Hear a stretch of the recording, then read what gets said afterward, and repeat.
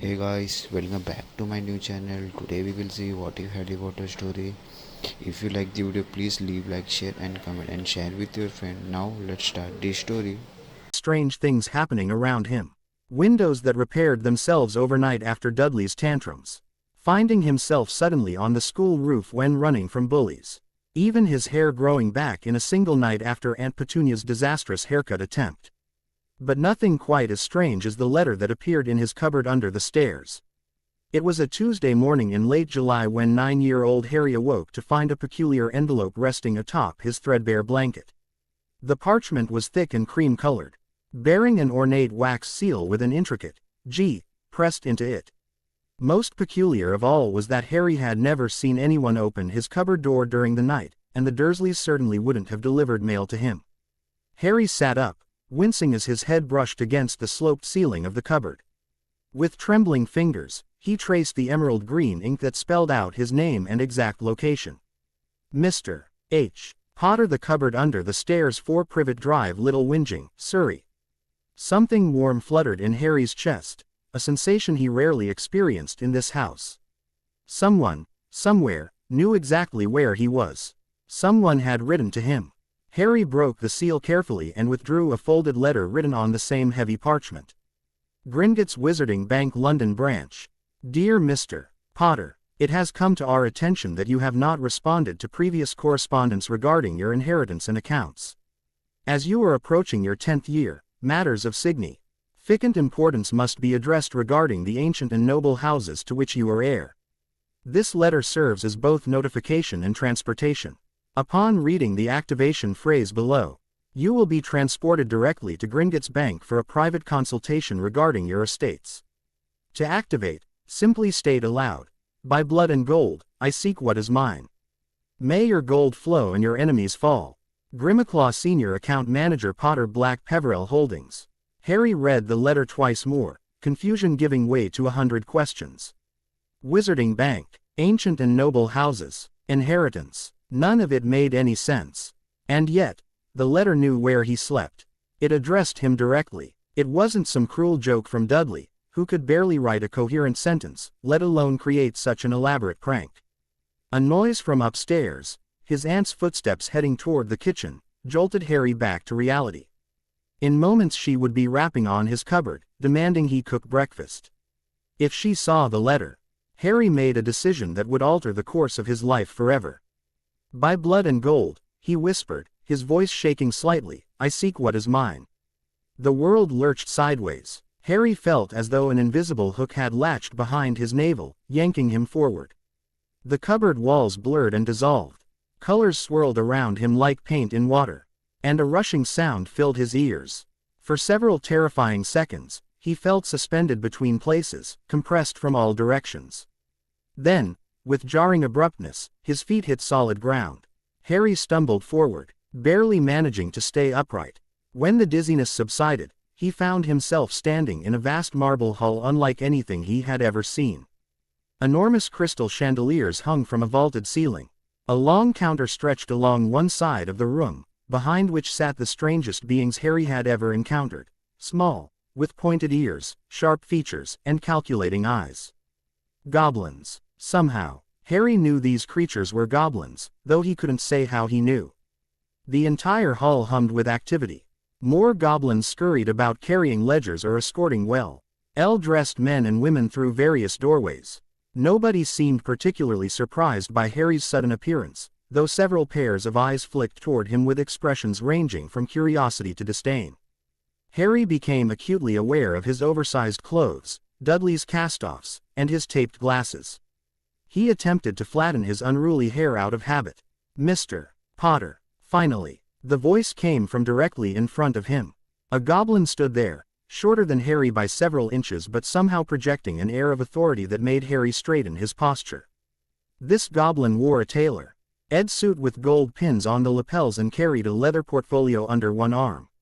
"I am Grimmaclaw, Senior Account Manager for the Potter Holdings. You were 4 years late for your initial inheritance briefing, and you have failed to respond to 27 separate communications. I'm sorry," Harry stammered. "I never received any letters before today." Grimmaklaw's eyes narrowed dangerously. "Interesting. Very interesting indeed. Follow me, Mr. Potter. We have much to discuss and little time before your guardians notice your absence. The way Grimmaclaw pronounced the word, guardians, made it clear exactly what he thought of the Dursleys. Harry followed the goblin through the bustling hall, trying not to gape at the ornate surroundings or the odd assortment of people in robes who moved through the bank.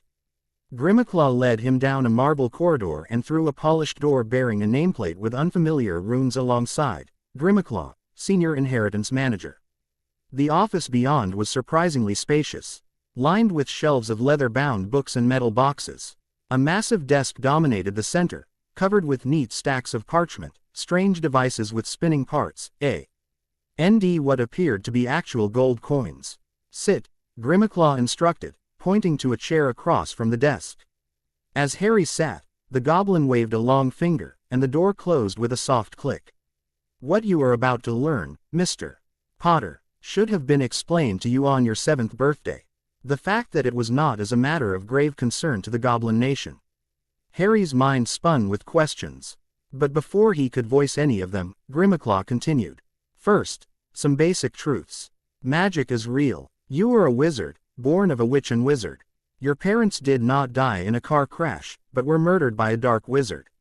And you, Mr. Potter, are the heir to not one, but 3 ancient and noble houses, Potter, Black, and Peverell. Harry's mouth fell open. Each statement hit him like a physical blow, rewriting everything he understood about himself and the world. Magic is real, he finally managed. Grimmaklaw made an impatient noise. Of course it's real, boy. How do you think you got here? Tea and biscuits. The goblin snapped his fingers, and a tray with tea and small cakes appeared on the desk. Magic. Now, have you truly received no information about your heritage? No visits from your magical guardian? No access to your trust vault? Harry shook his head, still struggling to process the first revelation. The Dursleys always said magic isn't real. They punish me when strange things happen around me. Something dangerous flashed in Grimmaklaw's dark eyes. Muggles, he spat, non-magical folk with no respect for ancient ways. This confirms our suspicions of interference. Mr. Potter, I need to verify your identity formally before we proceed. A simple blood test will confirm your heritage and legal standing. From a drawer, Grimmaklaw removed a shallow stone basin etc. Head with symbols around its rim and a small silver knife. 3 drops of blood, no more, no less. Harry hesitated. Will it hurt? Less than what was stolen from you these past 9 years, Grimmaklaw replied cryptically. The cut will heal instantly. With a deep breath, Harry extended his hand. Grimmaklaw took Harry's index finger with surprising gentleness and made a quick, precise cut. 3 drops of blood fell into the basin, where they began to swirl of their own accord, changing from red to gold to silver. The goblin nodded with satisfaction.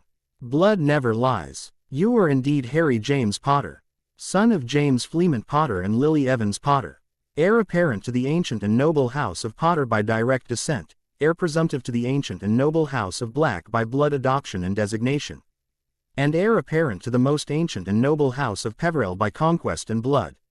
As Grimmaklaw spoke, the blood in the basin shifted again, forming into what appeared to be a family tree with Harry's name at the bottom, branching upward through his parents and beyond. Each of these houses carries distinct magical legacies, political power, and material wealth, Grimmaklaw continued. The Potter family is known for innovation in magic, particularly in potions and defensive magic. The Black family possesses deep knowledge of ancient magic, both light and dark. And the Peverell line. The goblin paused, looking at Harry with new intensity. The Peverell line is one of the oldest magical bloodlines in Britain, said to be blessed, or perhaps cursed, by death itself. Harry struggled to find his voice. But if my parents were magical, and I'm magical, why was I sent to live with the Dursleys? Don't I have other family in the magical world? An excellent question, and one that has troubled Gringotts for years. Grimmaklaw opened the leather portfolio and extracted several parchments. According to your parents' will, which was sealed against our protests, you were never to be placed with Petunia Dursley under any circumstances. Their will. Harry's voice caught. You have their will, indeed. Upon their deaths, specific guardianship arrangements were outlined. Grimaclaw's long fingers traced the document. Your godfather, Sirius Black, was your first designated guardian. Upon his unavailability, you were to be placed with Frank and Alice Longbottom, then Remus Lupin. Then Minerva McGonagall, and finally, Amelia Bones. Under no circumstances were you to be placed with Lily Potter's sister. Then why? Albus Dumbledore, Grimaclaw stated flatly. Chief Warlock of the Wizengamot, Supreme Mugwump of the International Confederation of Wizards, and Headmaster of Hogwarts School of Witchcraft and Wizardry. He declared himself your magical guardian, sealed your parents' will, and placed you with the Muggles for what he claimed were protective measures. Harry felt a surge of anger unlike anything he'd experienced before. Someone had deliberately ignored his parents' wishes and condemned him to years of misery with the Dursleys. Can anything be done? He asked, surprised at how steady his voice sounded. Grimaclaw's lips curled into what might have been a smile, revealing pointed teeth. That, Herr Potter, is precisely why you are here today.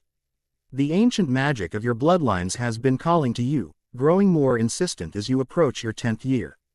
Gringotts has detected this surge, which allowed us to bypass the wards and mail redirections placed around you. The goblin leaned forward. Today, you have a choice. You can claim your status as heir apparent to these houses, which will emancipate you in the magical world due to the unusual circumstances of being heir to multiple ancient and noble houses. This would remove Dumbledore's guardianship and grant you access to your family properties, vaults, and magic. Or, you can return to the Muggles and wait until your 11th birthday, when you will receive your Hogwarts letter and enter the magical world under Dumbledore's continued guardianship. For Harry, it wasn't really a choice at all. I want to claim my inheritance. Now. Grimaclaw nodded as if he'd expected nothing less. Very well, but I must warn you, there will be consequences. Powerful figures have worked to keep you isolated and uninformed. They will not relinquish control easily. I've never had control over anything in my life. Harry said quietly. I think it's time that changed.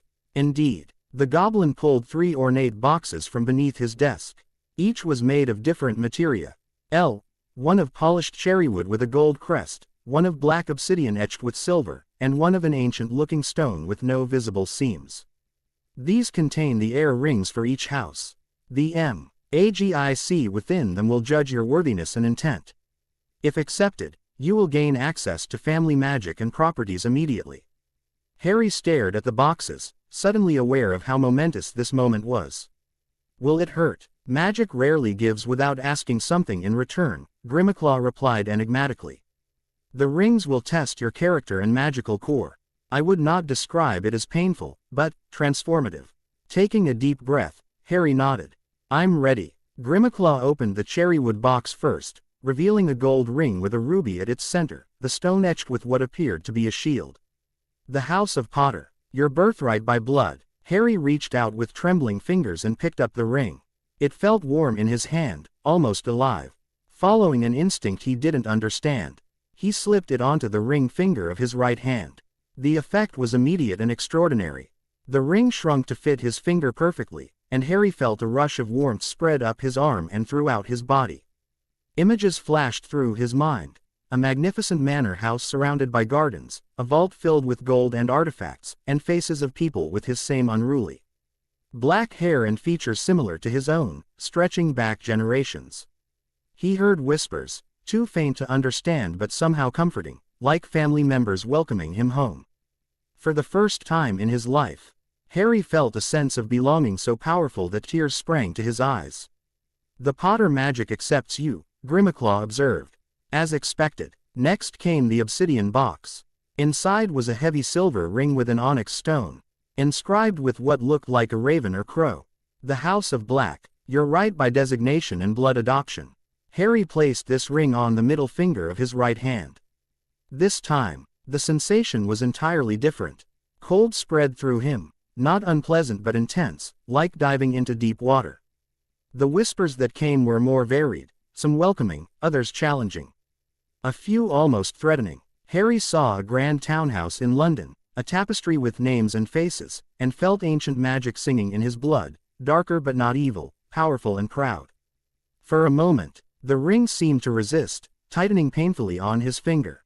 Then, As if making a decision, it adjusted to fit him, and the cold sensation transformed into a steady pulse of power. Interesting, Grimaclaw murmured. The Black family magic is notoriously selective. It seems to find you worthy despite your half-blood status. Your godfather's blood adoption must have been particularly powerful. Harry barely heard him, still adjusting to the strange new awareness flowing through him. He could somehow sense the connections between himself and these ancient family lines, like rivers flowing into his being. Finally, Grimaclaw opened the stone box. Within lay a simple band that appeared to be made of bone or ivory, with a small black stone set flush into its surface. Despite its unassuming appearance, Harry felt a strange reluctance to touch it. The House of Peverell, Grimaclaw said, his voice hushed. The oldest and most mysterious of your inheritances. Claimed by right of conquest when you survived the killing curse as an infant, and by distant blood relation through your father's line. Harry's hand hovered over the ring. What does that mean? Right of conquest. A wizard defeats another in formal combat or mortal conflict, they may claim the loser's possessions by magical right. The dark wizard who attacked your family was the last known heir to the Peverell line through the Gaunt family. When his killing curse rebounded, magic itself recognized a transfer of legacy.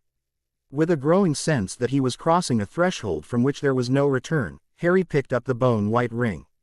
It was surprisingly light, almost weightless in his palm. As he slipped it onto his index finger, Harry knew immediately this would be different from the others.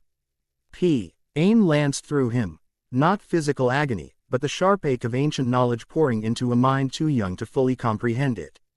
Harry saw three brothers standing before a hooded figure by a river.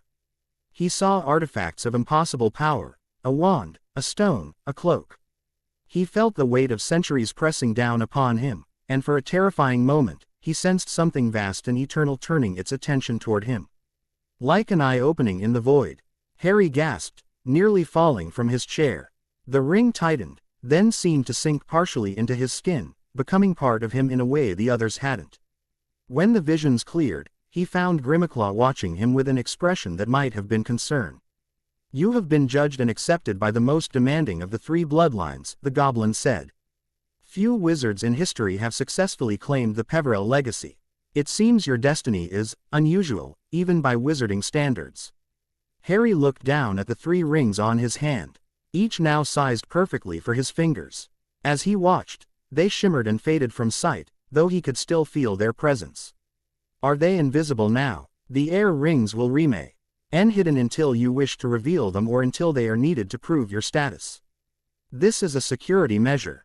Now that you have claimed them, several things will happen in rapid succession. Grimaclaw began making notes on a parchment. First, the ministry's trace on your underage magic will dissolve, as you are now considered emancipated in magical matters. Second, the blood wards at your relatives' home will transfer to properties of your choosing. Third, you will need to designate a magical residence immediately, as you can no longer legally reside with muggles without a magical adult present. The goblin looked up from his writing. I recommend Potter Manor in Wales. It has been maintained by house elves since your parents' deaths and has extensive protective wards. The black properties are problematic at present, with lingering dark magic, and Peverell Hall has been in stasis for centuries and would require significant restoration. Harry's head spun with all the new information. House elves, wards, I don't even know what those are. Magical servants bound to wizarding families, and protective enchantments, respectively, Grimaclaw explained briskly. You have much to learn. But that is a concern for after we secure your legal status. The goblin rang a small bell on his desk, and moments later, another goblin entered carrying a stack of documents. These are the RMAL recognition papers for your status as heir apparent and acting lord of Houses Potter, Black, and Peverell. Your magical signature is required on each. Grimaclaw pushed the papers toward Harry along with an ornate quill. This is a blood quill. It will use your blood for the signature, making it magically binding. It will sting briefly. Harry hesitated only a moment before taking the quill. After everything he'd endured at the Dursleys, a little pain seemed a small price for freedom. He signed his name on each document where Grimaclaw indicated, wincing at the sharp sting as the quill drew blood from the back of his hand, healing each cut as soon as it formed. As he signed the last document, a soft golden glow surrounded him briefly. "It is done," Grimaclaw declared. "The magic has accepted and registered your claim. You are now officially heir Potter Black Peverell, with all rights and responsibilities thereof until you come of age and can claim full lordship." "What happens now?" Harry asked, looking down at his hand where the rings had been visible moments before. "Now, heir Potter Black Peverell, we prepare for the inevitable storm." Grimaclaw's expression turned grim. "The moment you claimed your inheritance, magical notifications were sent to the Ministry of Magic, Wizengamot Records Office, and your former magical guardian. I expect we have approximately 1 hour before." A loud chime interrupted him. Grimaclaw frowned. It seems someone noticed sooner than anticipated. He waved his hand over a crystal on his desk, which glowed briefly. "The Ministry has sent representatives to inquire about unusual magical activity registered to your name. Additionally, Albus Dumbledore has requested urgent access to the Potter Vaults, claiming emergency guardianship powers." Harry felt a surge of anger. "Can they reverse what I've done?" "No. The ancient magic of inheritance supersedes modern wizarding law. However, they will attempt to regain control through other means, legal challenges. Claims of your incapacity due to youth, perhaps even attempts to declare the rituals invalid. We must act swiftly to secure your position." The goblin opened another drawer and withdrew several small objects, a golden key, a silver amulet, and what appeared to be an ordinary business card. "Your main vault key, a portkey to Potter Manor keyed to your blood, and a communication card linked directly to me. Should you need Gringotts services, simply write your request on the card and it will appear in my ledger." Harry accepted the items, carefully placing them in his pocket. "Thank you, Grimaclaw. Do not thank me yet, young heir. The path you have chosen will not be easy. There are those in our world who would prefer the boy who lived remain a symbol rather than a person with power and agency. You will need allies." The goblin hesitated before adding, "The Goblin Nation is not opposed to a mutually beneficial relationship with the new head of 3 ancient houses." RRY recognized the political overture for what it was. "I would value the guidance of Gringotts in managing my affairs, as I have much to learn." Grimaclaw's expression might have been approval. "Wise words. Now, we should proceed to your family vault before interference arrives. There are items your parents left specifically for you, including letters explaining much that I cannot." Another chime sounded, more urgent this time.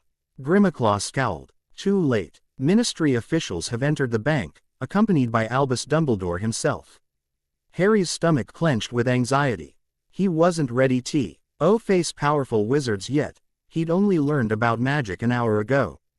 As if sensing his thoughts, Grimaclaw fixed him with a penetrating stare. "Remember, heir Potter Black Peverell, you now carry the legacy of 3 powerful magical houses. The rings would not have accepted you if you were unworthy. Stand tall." Taking a deep breath, Harry straightened his shoulders and nodded. "What should I do?" "Follow my lead. Speak only when addressed directly. Remember that you have broken no laws and violated no magical covenants. Your claim is legitimate and binding." The goblin stood. "And perhaps most importantly, remember that we are on Gringotts soil, goblin territory. Here, wizarding authorities have limited jurisdiction." With that less than reassuring advice, Grimaclaw led Harry from the office and back into the corridor. They had barely gone 10 paces when they encountered an imposing group approaching from the main hall. At the forefront walked a tall, elderly man with flowing silver hair and beard. Dressed in magnificent purple robes embroidered with silver stars. Half-moon spectacles sat upon a crooked nose, and behind them, bright blue eyes fixed immediately on Harry with an intensity that made him want to step back. This, Harry somehow knew, was Albus Dumbledore. Flanking him were 2 other figures, a stern-looking witch in emerald green robes and a square-jawed wizard wearing what appeared to be some kind of official uniform with badges and insignia. "Harry, my boy," Dumbledore called, his voice gentle but carrying an unmistakable note of authority. "There seems to have been a most unfortunate misunderstanding. If you'll come with me, we can sort this all out and have you safely back with your family before dinner." Before Harry could respond, Grimaclaw stepped forward. "Chief Warlock Dumbledore, what brings you to Gringotts on this fine morning? Surely not an attempt to interfere with a client's private business." The elderly wizard's expression remained benign, though something sharp flashed in his eyes. Not at all, Master Grimaclaw. I am simply concerned for young Harry's welfare. He is, after all, only 9 years old and has somehow left his home without his guardian's knowledge or consent. Former guardians, Grimaclaw corrected smoothly. As I'm sure you've been notified, Heir Potter Black Peverell has claimed his inheritance and magical emancipation in matters of estate. His status as your ward has been accordingly terminated. The uniformed wizard stepped forward, looking affronted. This is highly irregular. A child cannot simply declare himself emancipated. There are procedures, laws, all of which have been followed to the letter, Grimaclaw interrupted. The ancient inheritance laws are quite clear regarding heirs to multiple ancient and noble houses. If you wish to contest the ritual and judgment of family magic, Gringotts would be fascinated to witness such an attempt. The threat in Grimaclaw's words was barely veiled. Harry Gav read that challenging family magic was either dangerous or futile. Dumbledore's smile never wavered, but a certain tension appeared around his eyes. Perhaps we might discuss this privately. Surely we all want what's best for Harry. I'm standing right here, Harry said, finding his voice at last. And I'd prefer if you spoke to me, not about me. All eyes turned to him. The witch in green seemed to study him with particular intensity. Her expression unreadable. Of course, Harry, Dumbledore said gently. Forgive an old man's poor manners. I am concerned that you may have been misled about certain matters. The wizarding world can be confusing to those not raised within it, and decisions made without full understanding can have far-reaching consequences. Harry met the old wizard's gaze steadily. I understand enough to know my parents never wanted me to live with the Dursleys. I understand that someone sealed their will and ignored their wishes. And I understand that I have a right to claim my family legacy. A flicker of something, surprise, concern, crossed Dumbledore's face before his grandfatherly expression returned. Your parents made those arrangements during wartime, Harry, not knowing what would come. The protection your mother's sacrifice created could only be maintained through your mother's blood, your aunt. It was essential for your safety. Safety. Harry couldn't keep the bitterness from his voice. Is that what you call being locked in a cupboard for 9 years? Being starved and worked like a house elf? Never knowing my own history or even my parents' names? The witch in green made a strangled noise. Albus, you assured us he was being well treated. Minerva, please, Dumbledore said quickly, then turned back to Harry. If your living conditions were not what they should have been, I deeply regret that, but the blood protection has transferred to my hereditary properties, Grimaclaw interjected, as is the right of any blood heir when claiming their inheritance. The protection remains intact, merely relocated. The uniformed wizard looked increasingly uncomfortable. Headmaster, if what the boy says about his treatment is true, this could become a significant issue for the ministry. Dawlish, now is not the time, Dumbledore murmured, before addressing Harry again. Harry, I ask only that you consider returning with me today while we sort through these matters properly. There is much you don't yet understand about your unique position in our world. Harry felt a strange pressure in his mind as Dumbledore spoke, subtle, like someone trying to slip an idea into his thoughts. Instantly, the 3 rings on his hand burned hot against his skin, though they remained invisible. The pressure vanished. Grimaclaw made a harsh sound. Attempt. Ting legilimency on a Gringotts client during financial business is a violation of the 1612 Treaty, Chief Warlock. Consider this your only warning. Dumbledore inclined his head slightly. A reflexive habit of an old teacher, nothing more. My apologies. But Harry had seen the calculated look that flashed across the old wizard's face. Whatever legilimency was, it hadn't been accidental. I've made my decision, Harry said firmly. I'm claiming my inheritance and my independence. If you're concerned about my education, I'll still attend Hogwarts when I'm 11. But I won't go back to the Dursleys. The boy has made his position clear, said the witch, Minerva, Harry remembered. And if what he says about his treatment is true, Albus, I cannot in good conscience support forcing him to return. Dumbledore sighed heavily. I fear you do not understand the gravity of the protection that has been compromised today. Voldemort's followers will find any attempt to breach Potter, Black, or P. Everell wards considerably more challenging than abducting a child from Muggle suburbia, Grimaclaw finished. Now, unless the ministry intends to formally challenge Gringotts' authority in inheritance matters, a course of action that would undoubtedly lead to most unfortunate banking restrictions for ministry employees, I suggest we conclude this impromptu meeting. Heir Potter Black Peverell has significant financial matters to address. A tense silence followed. Harry watched as Dumbledore seemed to calculate his options, those blue eyes no longer twinkling but sharp with thought. Finally, the old wizard nodded. Very well. It seems events have progressed beyond immediate remedy. However, Harry, I hope you will permit me to visit you soon. There are matters regarding your parents and your unique history that you should know. Harry hesitated, then gave a noncommittal nod. Part of him was curious about what Dumbledore knew of his parents, but another part, a newly cautious part, whispered that information from this man would come with strings attached. Excellent. Dumbledore smiled as though they'd reached a friendly agreement rather than a stalemate. In that case, we shall take our leave. Minerva, John, after you. The uniformed wizard, Dawlish, looked like he wanted to protest further but finally turned to follow Dumbledore. The witch, however, lingered a moment longer. Mr. Potter, she said, her Scottish brogue becoming more pronounced with emotion, I was a friend of your parents, particularly your father. I taught them both at Hogwarts, where I serve as deputy headmistress. If you should need anything before your enrollment, you may contact me directly. Thank you, Professor, Harry replied, instinctively trusting her straightforwardness more than Dumbledore's gentle manipulation. With a sharp nod, she turned and followed her companions. As they disappeared down the corridor, Harry released a breath he hadn't realized he was holding. That was political theater, Grimmauld supplied. And only the opening act. Come, we have much to accomplish before more interruptions arrive. The goblin led Harry through a different door, into a torquelet stone passage that sloped steeply downward. At the end waited a strange conveyance, a cart on metal tracks that reminded Harry of a coal miner's trolley he'd seen in a book once. The Potter family vault is deep in the old section, Grimmauld explained as they climbed aboard. Hold tight. Gringotts carts operate at only one speed. That speed, as Harry quickly discovered, was terrifyingly fast.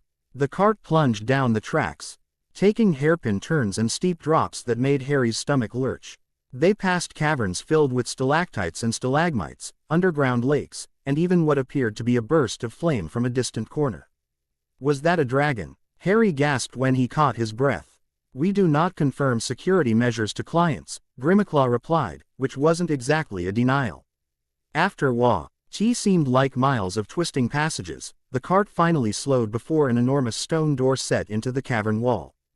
Unlike the other vaults they had passed, this one bore no visible lock or key. Only a large crest showing a shield with a griffin rampant. Place your hand on the crest, Grimmauld instructed. The vault will recognize the Potter heir ring. Harry did as directed. The moment his palm touched the cool stone, a surge of magic flowed through his arm, familiar now after the claiming ritual. The crest glowed golden, and with a sound like a satisfied sigh, the massive door swung inward. The sight beyond took Harry's breath away. Mountains of gold coins, stacks of silver, and piles of bronze filled a chamber larger than the Dursleys' entire house. But the wealth in currency was only the beginning. Along the walls stood shelves laden with books, artifacts, jewels, and objects Harry couldn't begin to identify. Trunks and chests, some open to reveal colorful robes and fabrics, others closed with elaborate locks, were arranged throughout the space. At the center of the vault stood a pedestal bearing a wooden box inlaid with mother of pearl. It seemed to draw Harry forward with an almost magnetic pull. That would be the letters I mentioned, Grimmauld said. Left with explicit instructions to be given to you upon claiming your inheritance. While you read them, I will prepare an inventory of what must be transferred to your new residence immediately. With trembling hands, Harry approached the pedestal and opened the box. Inside were 2 envelopes, one in elegant, flowing script addressed simply to Harry, and another in a messier, bold hand labeled, to my son. Harry opened his mother's letter first. My dearest Harry, if you're reading this, then James and I are gone, and you've discovered your heritage earlier than we had hoped. I can only imagine what your life has been like until now, but I want you to know that you were loved, so fiercely loved, every second you were with us. There is so much to tell you and so little parchment. First, know this. Whatever you've been told about our deaths, we died protecting you, and we would make the same choice 1,000 times over. A mother's love doesn't end with death, Harry. Mine lives on in you, in your blood and bones and magic. I've left you my journals and research notes in the mahogany trunk to the left of this pedestal. I was a charms researcher before you were born, specializing in protective magic. Some of what I discovered may help keep you safe in the days to come. About Petunia, if that's W.H. Air Dumbledore placed you despite our explicit instructions otherwise, I can only apologize. My sister's heart hardened toward magic and toward me years ago. I hoped time would heal that rift, but if you've suffered under her care, then it did not. For that, I am so deeply sorry. There are forces at work in the wizarding world that James and I opposed with everything we had. We belong to an organization called the Order of the Phoenix, led by Albus Dumbledore, fighting against a dark wizard called Voldemort. While Dumbledore is a great wizard with immense knowledge, he is also a man who believes too strongly that he alone knows what is best. Question him, Harry. Always question those who claim absolute authority. Trust your godfather, Sirius Black. If you haven't met him yet, seek him out. He would have moved heaven and earth to raise you if something happened to us. If he's not in your life, something has gone terribly wrong. Most importantly, Harry, know that your father and I want you to live, truly live. Not merely survive. Find joy, make friends, fall in love someday, create a life that makes you happy. That's all we ever wanted for you. With all my heart, Mum. Lily Evans Potter. Tears streamed down Harry's face as he finished the letter. His mother's words filled a void he hadn't fully recognized existed within him. The desperate need to know that he had been loved, wanted, valued. He carefully folded the parchment and opened his father's letter with equally gentle hands. Harry, son, if you're reading this before your 11th birthday, then something's gone pear-shaped with our plans. Lily and I made arrangements for your care that should have kept you safe, loved, and informed about your heritage from the beginning. The fact that you're here, claiming your inheritance early, suggests those arrangements failed. First things first, I'm proud of you. Without even knowing what you've accomplished or overcome, I'm proud, because you're my son and you've survived. That's what Potters do, we survive. We adapt, we thrive despite the odds. Now, practical matters. As heir Potter, you have access to our family home in Wales, Potter Manor. The house elves Mimsy, Tully, and Potty have maintained it in our absence and will be overjoyed to serve you. The manor has some of the strongest wards in Britain, strengthened by every generation of Potters for over 600 years. The Potter Grimoire is in the ironwood chest with our family crest. It contains centuries of magical knowledge unique to our line. Study it, learn from it, add to it when you discover new magic. That's our family tradition, innovation and progress. About your godfather, Sirius Black, he's also your cousin through your grandmother Doria Potter, née Black. When you were 6 months old, he performed a blood adoption ritual with our blessing, making you eligible to inherit the Black family magic as well. If Sirius isn't raising you, something terrible has happened. He would never, ever abandon you willingly. There's a two-way mirror in a leather case near this pedestal. The matching mirror was with Sirius.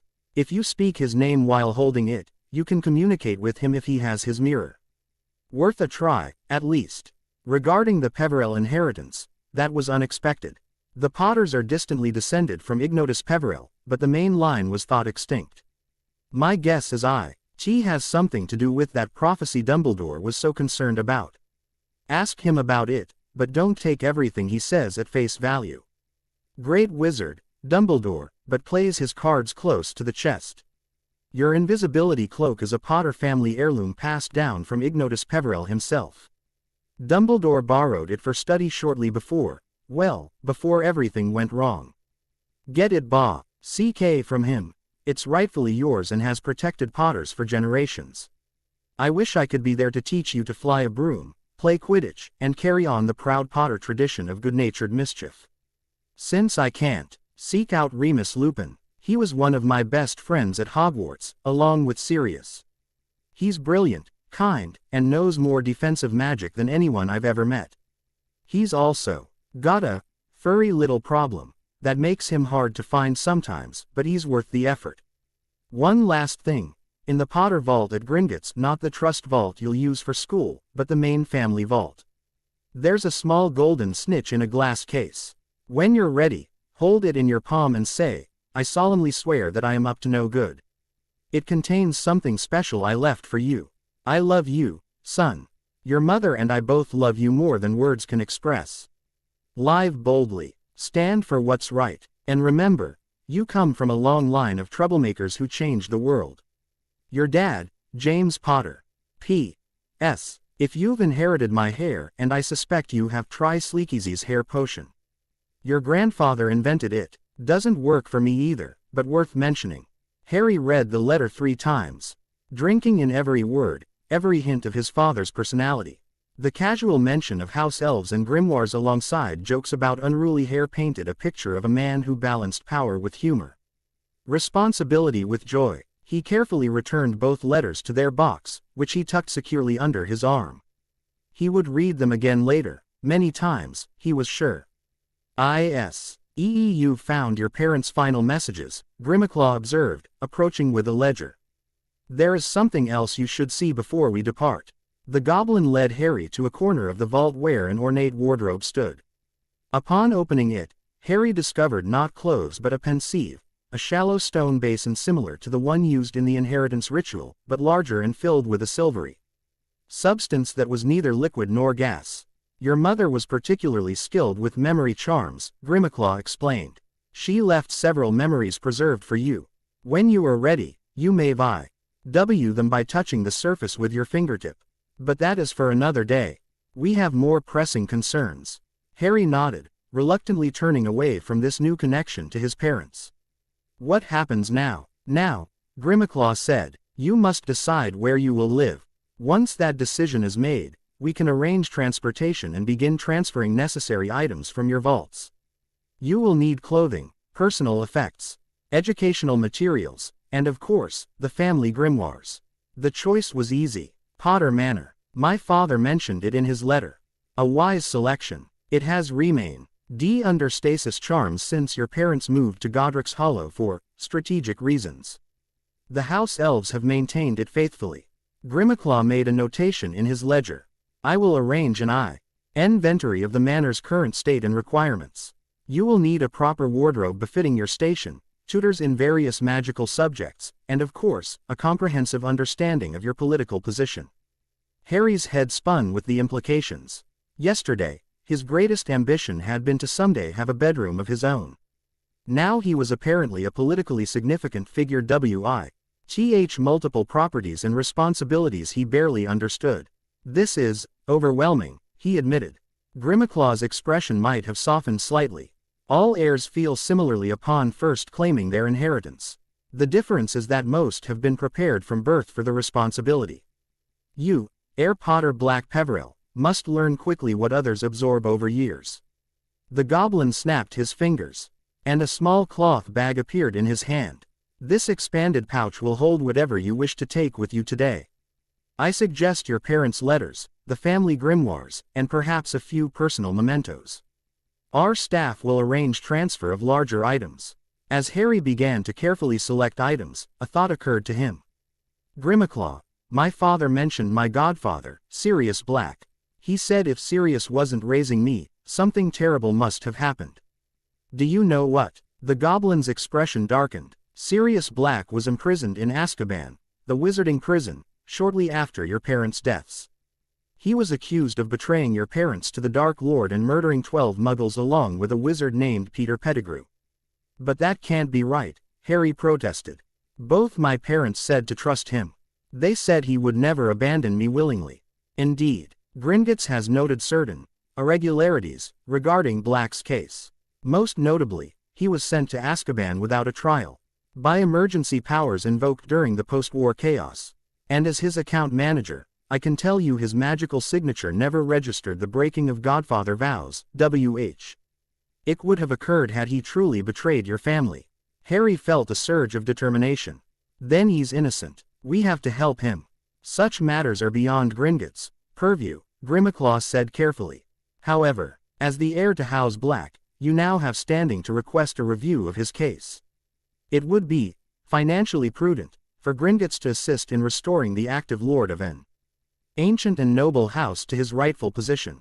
Harry understood the implication. The goblins couldn't directly involve themselves in wizarding legal matters, but they could support Harry's efforts as their client. I want to help him, Harry said firmly. Where do we start? First, you establish yourself in your new home. Second, you begin appropriate magical education to understand your position and powers. Third, we gather evidence and legal precedents.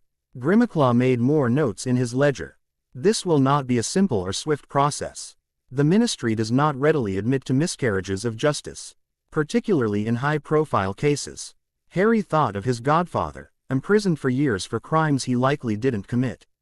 It wasn't fair, but then, Harry was learning quickly that the wizarding world, for all its wonders, had its own deep injustices. I'll do whatever it takes, he promised, even if it's difficult or takes time. Grimmaclaw gave him an appraising look. Perhaps why? Oh, you truly do carry the legacy of 3 great houses, Heir Potter Black Peverell. Such determination will serve you well in the days to come. As Harry continued gathering items from the vault, his mother's research journals, the family grimoires, the two-way mirror his father mentioned, and several photo albums he'd discovered, he felt a strange mix of emotions. Grief for the parents he'd barely known. Anger at those who had kept him ignorant of his heritage. Fear of the unknown challenges ahead. But beneath it all ran a current of something he'd rarely experienced, hope. For the first time in his life, Harry Potter had choices. He had a legacy to reclaim and a future to shape on his own terms. Whatever came next, political battles, magical education, or confrontations with powerful figures like Dumbledore, he would face it with the knowledge that he was not alone. He carried the magic and memories of generations of Potters, Blacks, and Peverells with him. And perhaps most importantly, he knew beyond any doubt that he had been loved, fiercely, completely, and enough for his parents to sacrifice everything for him. That knowledge, more precious than all the gold in Gringotts, straight.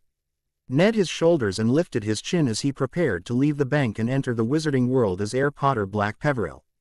I'm ready, he told Grimmaclaw as he carefully secured the pouch of treasures. The goblin nodded. Then let us depart. Potter Manor awaits its heir's return. As they left the vault, Harry cast one last look at the accumulated wealth and history of his family.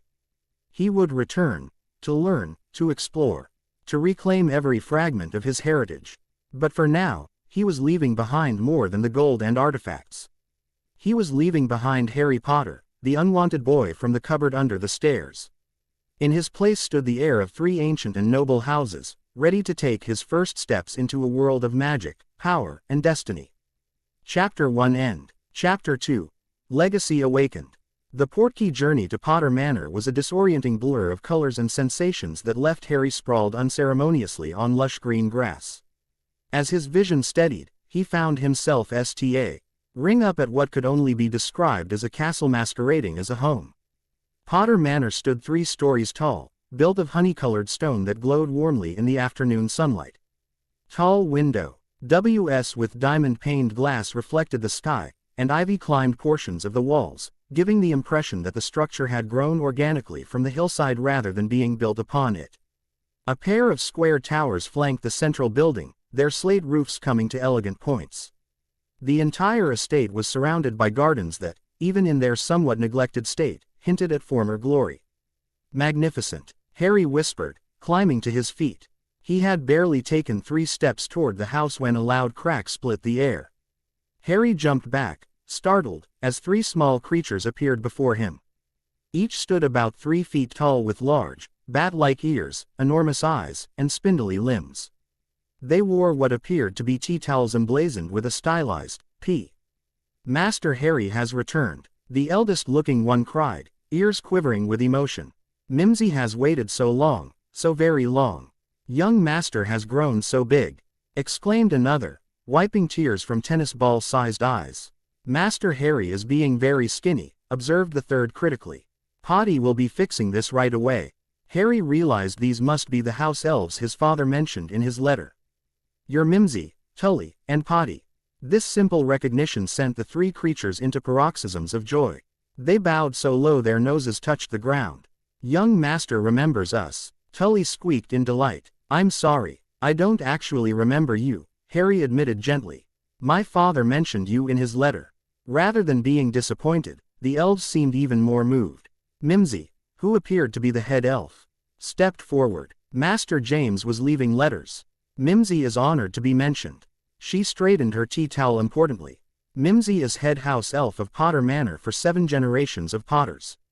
Mimsy will be showing Master Harry his home now." Harry smiled, finding their enthusiasm infectious. "I'd like that very much." What followed was a whirlwind tour that left Harry's head spinning with the scale of his inheritance. Potter Manor contained over 30 rooms, including a grand entrance hall with a sweeping marble staircase, formal and informal dining rooms, a ballroom, multiple parlors and sitting rooms, a music room housing a grand piano that played itself, a vast library spanning 2 floors, and more bedrooms than Harry could count. Each room was impeccably maintained, with not a speck of dust despite the house being unoccupied for years. "House elf magic is keeping the manor ready for Potter's return," Mimsy explained proudly. "We as Mainta, eyeing everything just as Master James and Mistress Lily left it." The master suite on the 2nd floor brought a lump to Harry's throat. Though the elves had preserved it perfectly, with his mother's perfume still sitting on the vanity and his father's reading glasses on the nightstand, there was a palpable absence that no amount of preservation could fill. "Is Master Harry wanting this room?" Mimsy asked hesitantly. Harry shook his head. "No. Not yet." "Is there a room that was meant for me?" Mimsy brightened. "Oh yes. The nursery was being converted to young Master's bedroom when Master and Mistress had to leave. She led him to a room decorated in soft blues and golds. A child's bed shaped like a miniature Quidditch pitch stood against one wall, while magical paintings of dragons and hippogriffs flew across another. A toy broomstick hung on the wall, and a bookshelf held children's stories with moving illustrations. "This is perfect," Harry said softly, running his fingers along the spines of the books his parents had chosen for him. "Potty has prepared lunch in the garden terrace," announced the smallest elf, appearing suddenly. "Young master must eat to grow strong." Food was the furthest thing from Harry's mind as he tried to process everything, but the elves looked so hopeful that he couldn't refuse. He followed them downstairs and through French doors that opened onto a stone terrace overlooking manicured gardens and, beyond them, rolling hills and a small lake. The lunch Potty had prepared could have fed 10 people: fresh bread, 3 types of soup, roast chicken, vegetables prepared 5 different ways, and an array of desserts. Harry's eyes widened at the spread. "This is a lot of food. Young master is too skinny," Potty declared again, looking genuinely distressed. "Potter's is always being tall and strong. Potty will fix Master Harry." Recognizing a losing battle, Harry sat down and began to eat. The food was better than anything he'd tasted before, and he suddenly realized he was ravenous. Between bites, he asked the elves questions about the manor, his parents, and his family history. "The Potters has lived here for 16 generations, Mimsy informed him proudly. The East Wing was added by Lord Charles Potter, Master Harry's great-grandfather, and the Enchanted Gardens was Mistress Doria's special project. She was a black before marrying," Tully added. "Brought many rare magical plants from black family estates." Harry absorbed every detail hungrily. These creatures had known his family for generations, had known his parents personally.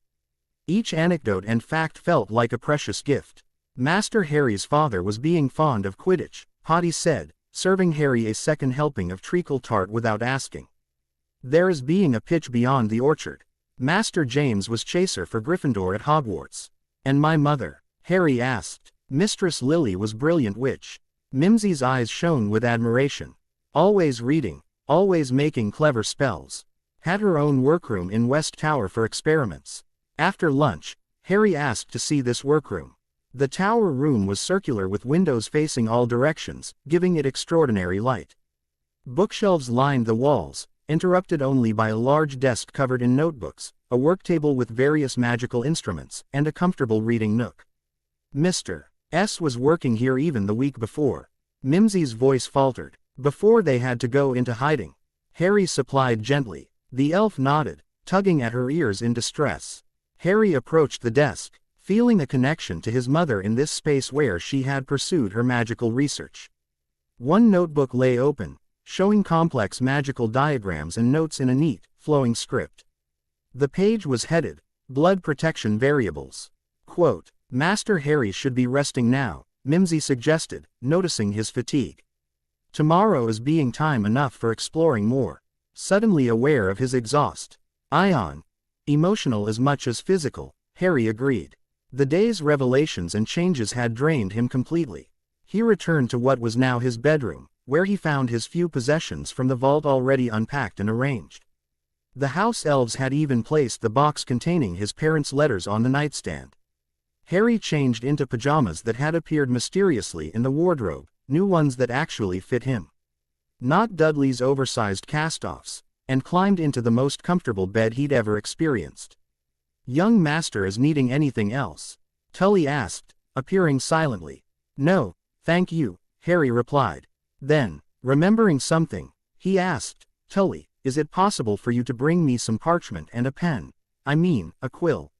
I should write to Gringotts." The elf returned moments later with writing materials. Harry penned a brief note to Grimmaklaw, requesting information about his godfather's situation and asking how to begin tutoring in magic.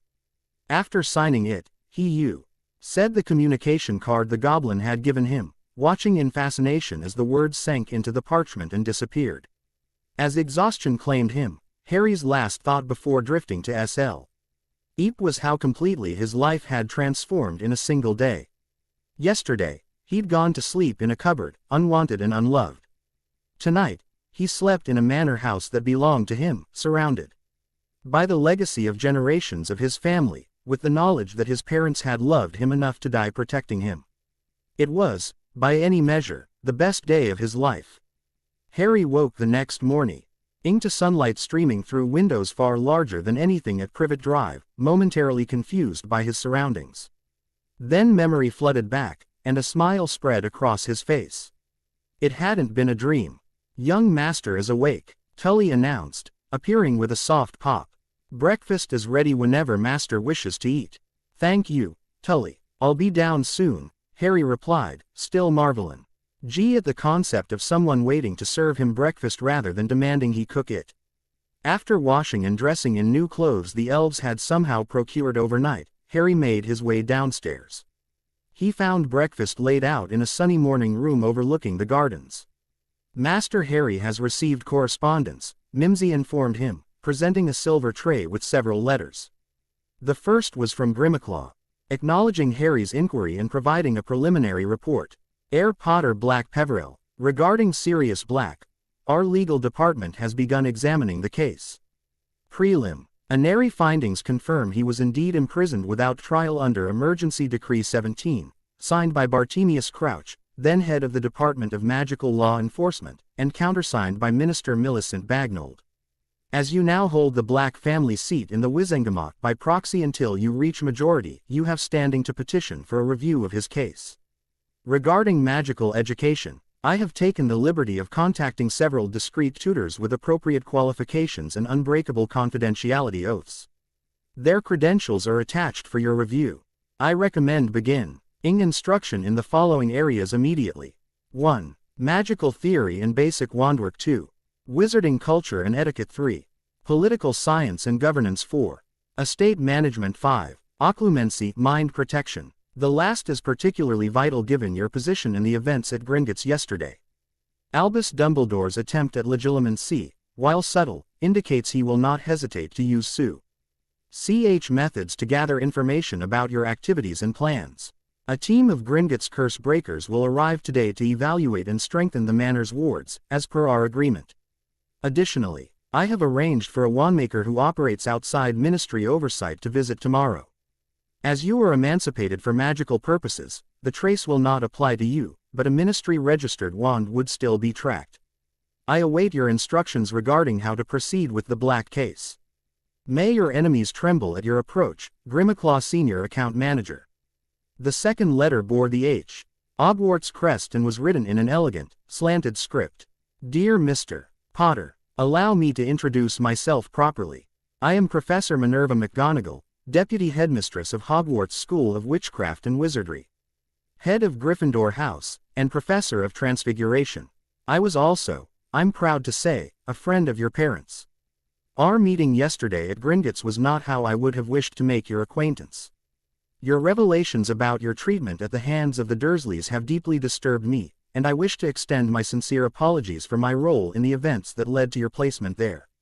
I expressed reservations at the time but ultimately deferred to Albus's judgment, a decision I now regret profoundly. If you are amenable, I would like to visit you at your new residence to speak with you properly. There are stories about your parents I believe you would wish to hear, and photographs I would be pleased to share. I can also offer guidance regarding your eventual attendance at Hogwarts, which would have been your parents' wish. Please be assured that if you grant permission for this visit, I will not disclose your location to anyone, including the headmaster, without your explicit consent. While I respect Albus Dumbledore greatly as an educator and wizard, I find myself in disagreement with his handling of your guardianship. You may respond via the enclosed charmed parchment, which will deliver your reply directly to me. Yours sincerely, Minerva McGonagall. The third letter was brief and written on official ministry parchment. To the heir of Houses Potter, Black, and Peverell. The Department of Magical Records acknowledges receipt of inheritance documentation from Gringotts Wizarding Bank regarding your claim to the aforementioned houses. Your S. status as heir has been officially recorded, and proxy holders for the associated Wizengamot seats have been notified of potential changes to voting authority. As your claim includes unusual circumstance, CES, multiple ancient and noble houses and emancipation before majority, the department is conducting a standard review. Please note this is procedural only and does not constitute a challenge to Gringotts' certification of your claim. Be advised that as an emancipated heir of multiple houses, you are entitled to certain legal protections and obligations. A comprehensive guide to these rights and responsibilities is enclosed. Respectfully, Hortense Blackwell, Department of Magical Records, Ministry of Magic. As Harry finished reading, the familiar crack of House Elf apparition announced Mimsy's arrival. Master Harry, visitors is arriving at the gate. Harry tensed. Who is it? The Goblin team from Gringotts, Master. They is saying they expected. Harry relaxed slightly. Yes, Grimmaclaw men. Tion, they'd be coming to check the wards. Please show them in, Mimsy. The Goblin team consisted of 4 members led by a scarred, grizzled goblin who introduced himself as Ripjaw, head of Gringotts' warding division. They set to work immediately, moving methodically around the property with strange instruments and occasionally conferring in rapid gobbledygook. Harry watched them work for a while before returning to the house. With a day to explore properly, he decided to begin with the library. The 2-story room was a bibliophile's dream, with towering shelves accessible by rolling ladders, and comfortable reading areas bathed in natural light from tall windows. A massive globe in the center of the room showed not only geographical features but magical communities around the world, glowing softly with different colors. He was examining a shelf labeled, Potter Family Chronicles, when a soft chime sounded throughout the house. Moments later, Mimsy appeared. Master Harry, a wizard has arrived at the gate. He is identifying himself as Remus Lupin and saying Master James would vouch for him. Harry's heart leapt. Remus Lupin, his father's friend mentioned in the letter. Did he say why he's here? He is saying he received word that Potter Manor was active again and came to investigate. He is very insistent but says he will leave if Master wishes.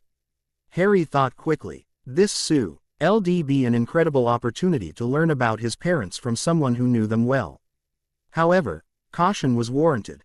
Mimsy, can the house wards verify his identity somehow? The elf nodded. Amelie wards can be detecting imposters or those with ill intent. Shall Mimsy ask the wards? Yes, please. The elf closed her eyes briefly, communing with the manor's magic. The wards is recognizing him as friend to House Potter. No deception or malice is detected. All right, you can bring him to the small sitting room, Harry decided. But please ask the Goblin team to stay nearby, just in case. Harry waited nervously in the sitting room, unsure what to expect. The man who entered moments later was not what he had imagined. Remus Lupin appeared to be in his early 30s, but there was a weathered quality to him that suggested hardship beyond his years. His light brown hair was flecked with premature gray, and his face bore several scars. His robes, though clean, were patched and worn. Despite this, he carried himself with quiet dignity, and his amber eyes were kind and intelligent. Those eyes widened with shock when they fell on Harry. "James," he whispered, before shaking his head. "No, of course not. Harry, you look so much like your father." "Except for my eyes," Harry said, having heard this from both his parents' letters. "I have my mother's eyes." "Lily's eyes," Lupin agreed, his voice thick with emotion. "May I sit down? This is rather overwhelming." Harry gestured to the chair across from him. "Please, would you like some tea? Mimsy is probably already preparing some." On cue, the elf appeared with a tea tray. As she poured, Lupin watched Harry with barely concealed wonder. "Harry, I've been searching for you for years," he began once Mimsy had departed. "After your parents died and Sirius was taken away, I tried to find you. Dumbledore refused to reveal your location, saying you were safe and protected by blood wards. The Ministry classified your placement as sealed information. I even tried Muggle methods, but it was as if you'd vanished entirely. I was with my mother's sister and her husband in Surrey," Harry explained. "Not that they wanted me. They kept me in a cupboard under the stairs." Lupin's face darkened with anger. "A cupboard? They put Lily and James Potter's son in a cupboard?" "Among other things," Harry said with a shrug, not wanting to delve into the Dursleys' mistreatment. "But that's over now. Yesterday I received a letter from Gringotts, learned about my inheritance, and claimed it." Lupin's eyes widened. "That explains the surge of magic I felt yesterday. The old Potter family magic activating." He shook his head in wonder. "But how did the goblins contact you? The wards around you should have prevented any magical communication." Harry explained about the Gringotts letter, his visit to the bank, claiming his inheritance, and the confrontation with Dumbledore. "So you're now the acknowledged heir of Houses Potter, Black, and Peverell." Lupin looked stunned. "Harry, do you understand what that means in our world?" "Not entirely," Harry admitted. "I'm still learning about everything. That's partly why I agreed to see you. My father's letter mentioned you as someone I could trust." Lupin's eyes glistened. "James mentioned me in his letter. May I ask what he said?" Harry recounted the relevant passage from his father's letter. By the time he finished, Lupin was wiping his eyes with a handkerchief. "That sounds exactly like James," he said with a watery smile. "Especially the part about my furry little problem." "What did he mean by that?" Harry asked curiously. Lupin's smile faded. He seemed to be weighing something in his mind before coming to a decision. "Harry, if we're to have any kind of relationship, I need to be honest with you from the start. Your father and mother accepted me with my condition, and I hope you can too, but I'll understand if you prefer I leave." He took a deep breath. "I'm a werewolf. I was bitten as a child. That's why finding employment is difficult for me, why my appearance is so worn. It's also why the Ministry would never have allowed me to take custody of you. Despite what your parents will stated." Harry blinked, processing this information. In the span of 2 days, he'd discovered magic existed, goblins were real, and he owned a manor house. Learning werewolves were real seemed almost mundane by comparison. "So, once a month during the full moon, you transform?" he asked, trying to understand. Lupin nodded, clearly bracing for rejection. "That doesn't sound so bad," Harry said with a shrug. "I mean, it must be awful for you, but it's just once a month. Why would that make you unfit to raise a child?" Lupin stared at him in disbelief, then let out a startled laugh. "You really are Lily's son too?" That's almost exactly what she said when James finally told her about my condition. "Tell me more about them," Harry requested eagerly. "What were they like at Hogwarts?" Lupin's expression softened. "Your father was brilliant but a bit arrogant when he was young, talented at everything he tried, especially transfiguration and flying. He was also fiercely loyal to his friends. Your mother was equally brilliant but more studious, with an extraordinary talent for charms and potions. They didn't get along at first. James spent years trying to impress Lily, usually with disastrous results." For the next hour, Lupin shared stories about the Marauders, James Potter, Sirius Black, Peter Pettigrew, and himself, their adventures at Hogwarts, and how James eventually matured enough to win Lily's heart. Harry absorbed every word, occasionally asking questions but mostly just listening, trying to build a mental picture of parents as real people with virtues and flaws. When Lupin mentioned Sirius again, Harry seized the opportunity. I've learned that Sirius is in prison, but both my parents' letters suggest he would never have betrayed them. Do you think he's innocent? A complex series of emotions crossed Lupin's face: grief, doubt, and what might have been hope. I don't know, Harry. The evidence against him seemed overwhelming at the time. He was found at the scene of a terrible explosion, laughing maniacally, with 12 Muggles and Peter dead. But what? Harry prompted. But it never made sense with the Sirius I knew. Lupin admitted. He hated his family's dark leanings. He ran away from home at 16 and lived with your grandparents. He and James were like brothers. And the idea that he would harm you.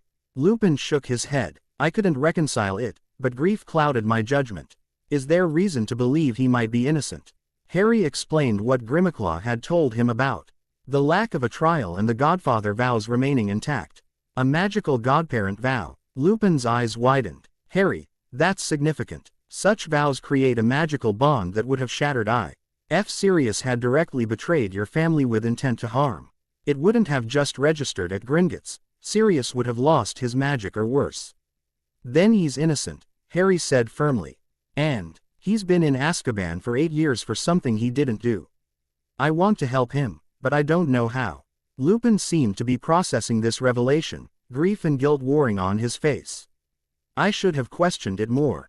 Should have fought harder. He took a deep breath and straightened his shoulders. But that doesn't help Sirius now. If you're serious about helping him, you'll need political leverage and irrefutable evidence. I'm the heir to House Black now, Harry pointed out. Doesn't that give me some influence? It does, Lupin acknowledged. But you're also 9 years old, regardless of your emancipation status. The Ministry won't take you seriously without adult representation and significant evidence. Will you help me? Harry asked directly. Lupin looked startled, then deeply moved. You hardly know me, Harry. My parents trusted you. That's enough for now. Harry met his gaze steadily. Besides, I need someone to teach me about the wizarding world, and according to my father, you know more defensive magic than anyone. A smile slowly spread across Lupin's tired face. I would be honored to help you, Harry.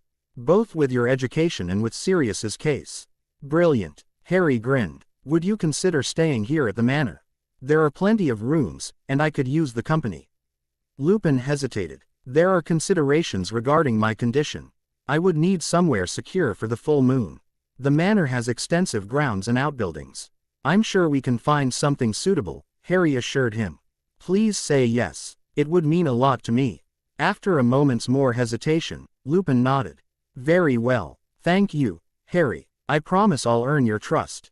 Their conversation was interrupted by Mimsy announcing that the Goblin team had completed their initial assessment and wished to report their findings. Harry asked Lupin to join him for the meeting. Ripjaw, the head warder, didn't seem surprised by Lupin's presence. The basic ward structure remains sound. The Goblin reported. Potter family magic has maintained the primary defenses admirably. However, we've detected several monitoring charms layered into the outer boundaries, sophisticated work. Likely placed when the property was dormant. Monitoring charms. Harry frowned. Who placed them? The magical signature is obscured, but the style suggests Albus Dumbledore's work, Ripjaw replied. Lupin looked troubled but not entirely surprised. That would be consistent with his general approach. He likes to keep track of anything he considers significant. Can they be removed? Harry asked. Already done, the Goblin said with a fierce grin. We've also installed additional protective measures as authorized by Account Manager Grimmauld.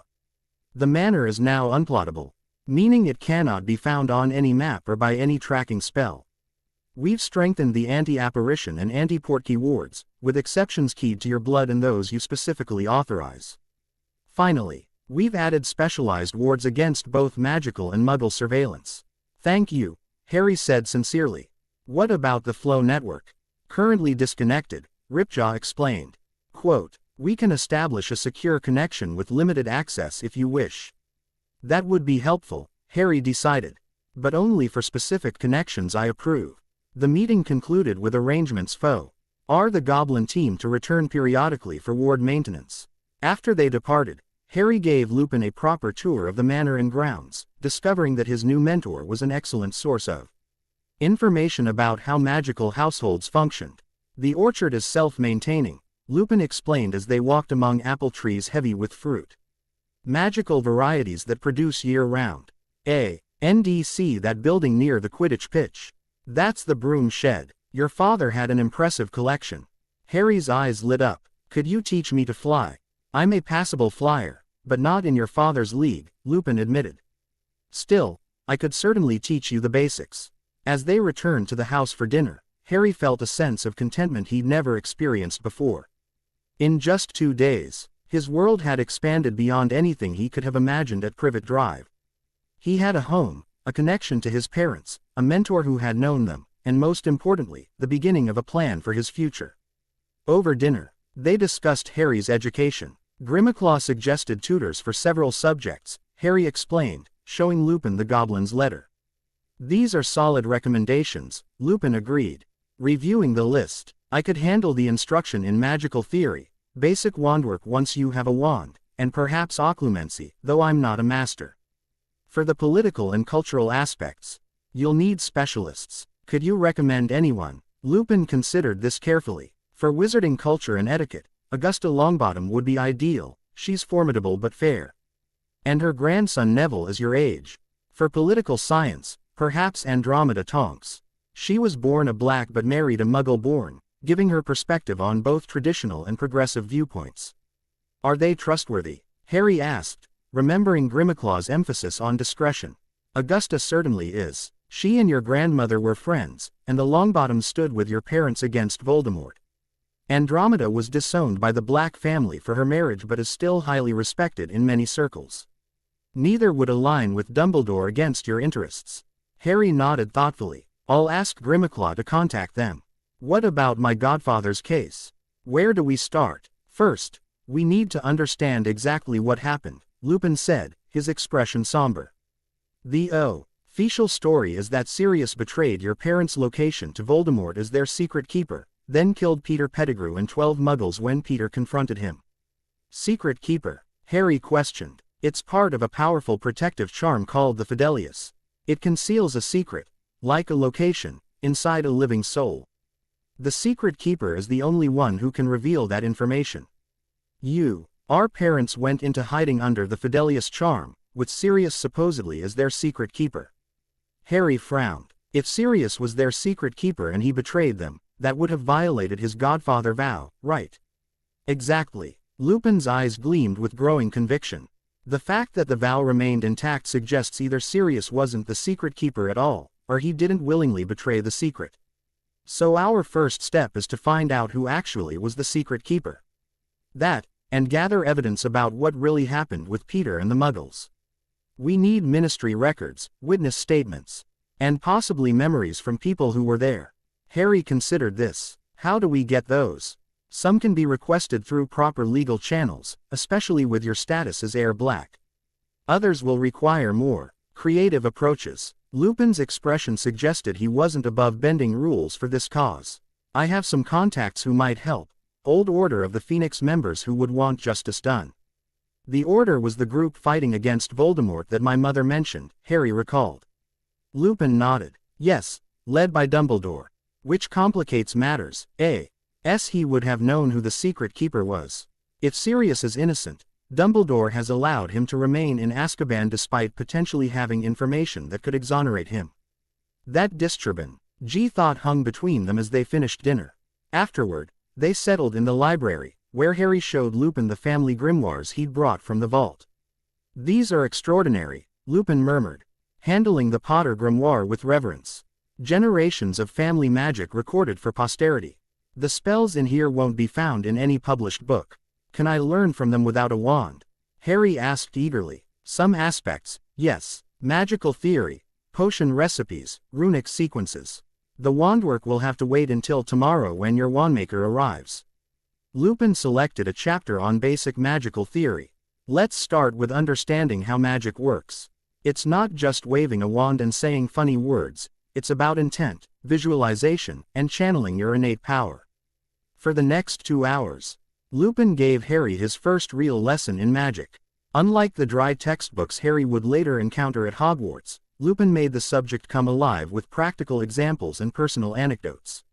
Magic responds to emotion and need, he explained, demonstrating by wandlessly lighting a small flame in his palm. Children often perform accidental magic in moments of strong feeling. Wands help focus that power, making it more controlled and precise, but the magic comes from within you. By the time Harry went to bed that night, his mind was buzzing with new knowledge. He fell asleep reading his mother's research journals, her elegant handwriting describing experimental charms that had helped shape modern magical theory. The next morning brought the arrival of Ollivander's nephew, Garrick Ollivander II. A wandmaker who specialized in custom wands for clients with unique requirements. Most fascinating, the wandmaker murmured after greeting Harry. 3 bloodlines of significant magical heritage converging in one young wizard. This will require something special indeed.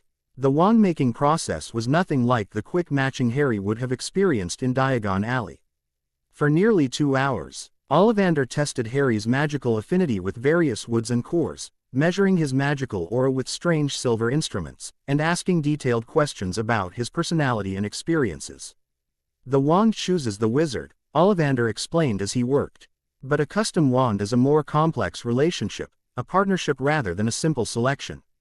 Where finding the components that will grow with you, adapt to your developing powers, and serve the specific magical talents you've inherited from 3 distinct lineages.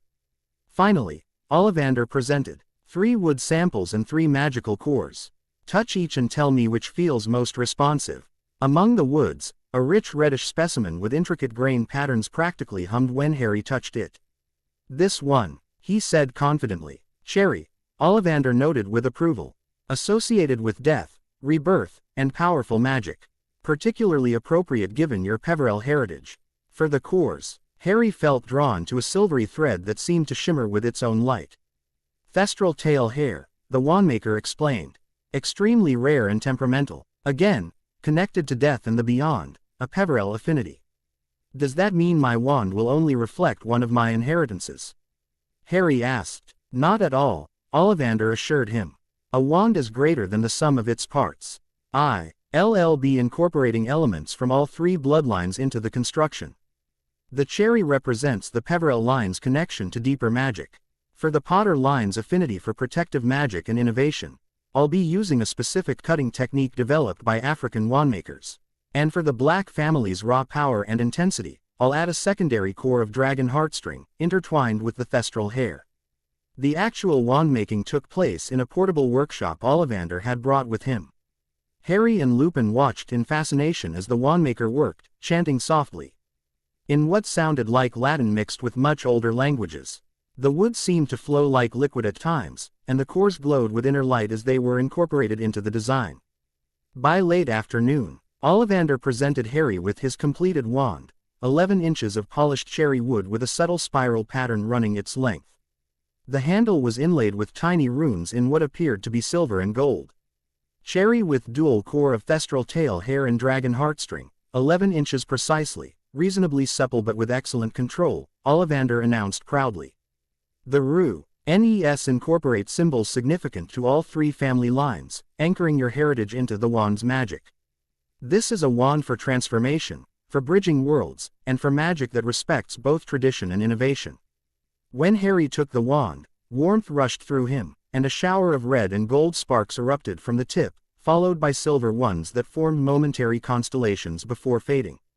Perfect, Ollivander said with satisfaction. A complete resonance across all 3 magical signatures. This wand will serve you exceptionally well, Mr. Potter Black Peverell. It is untraceable by the Ministry, as requested.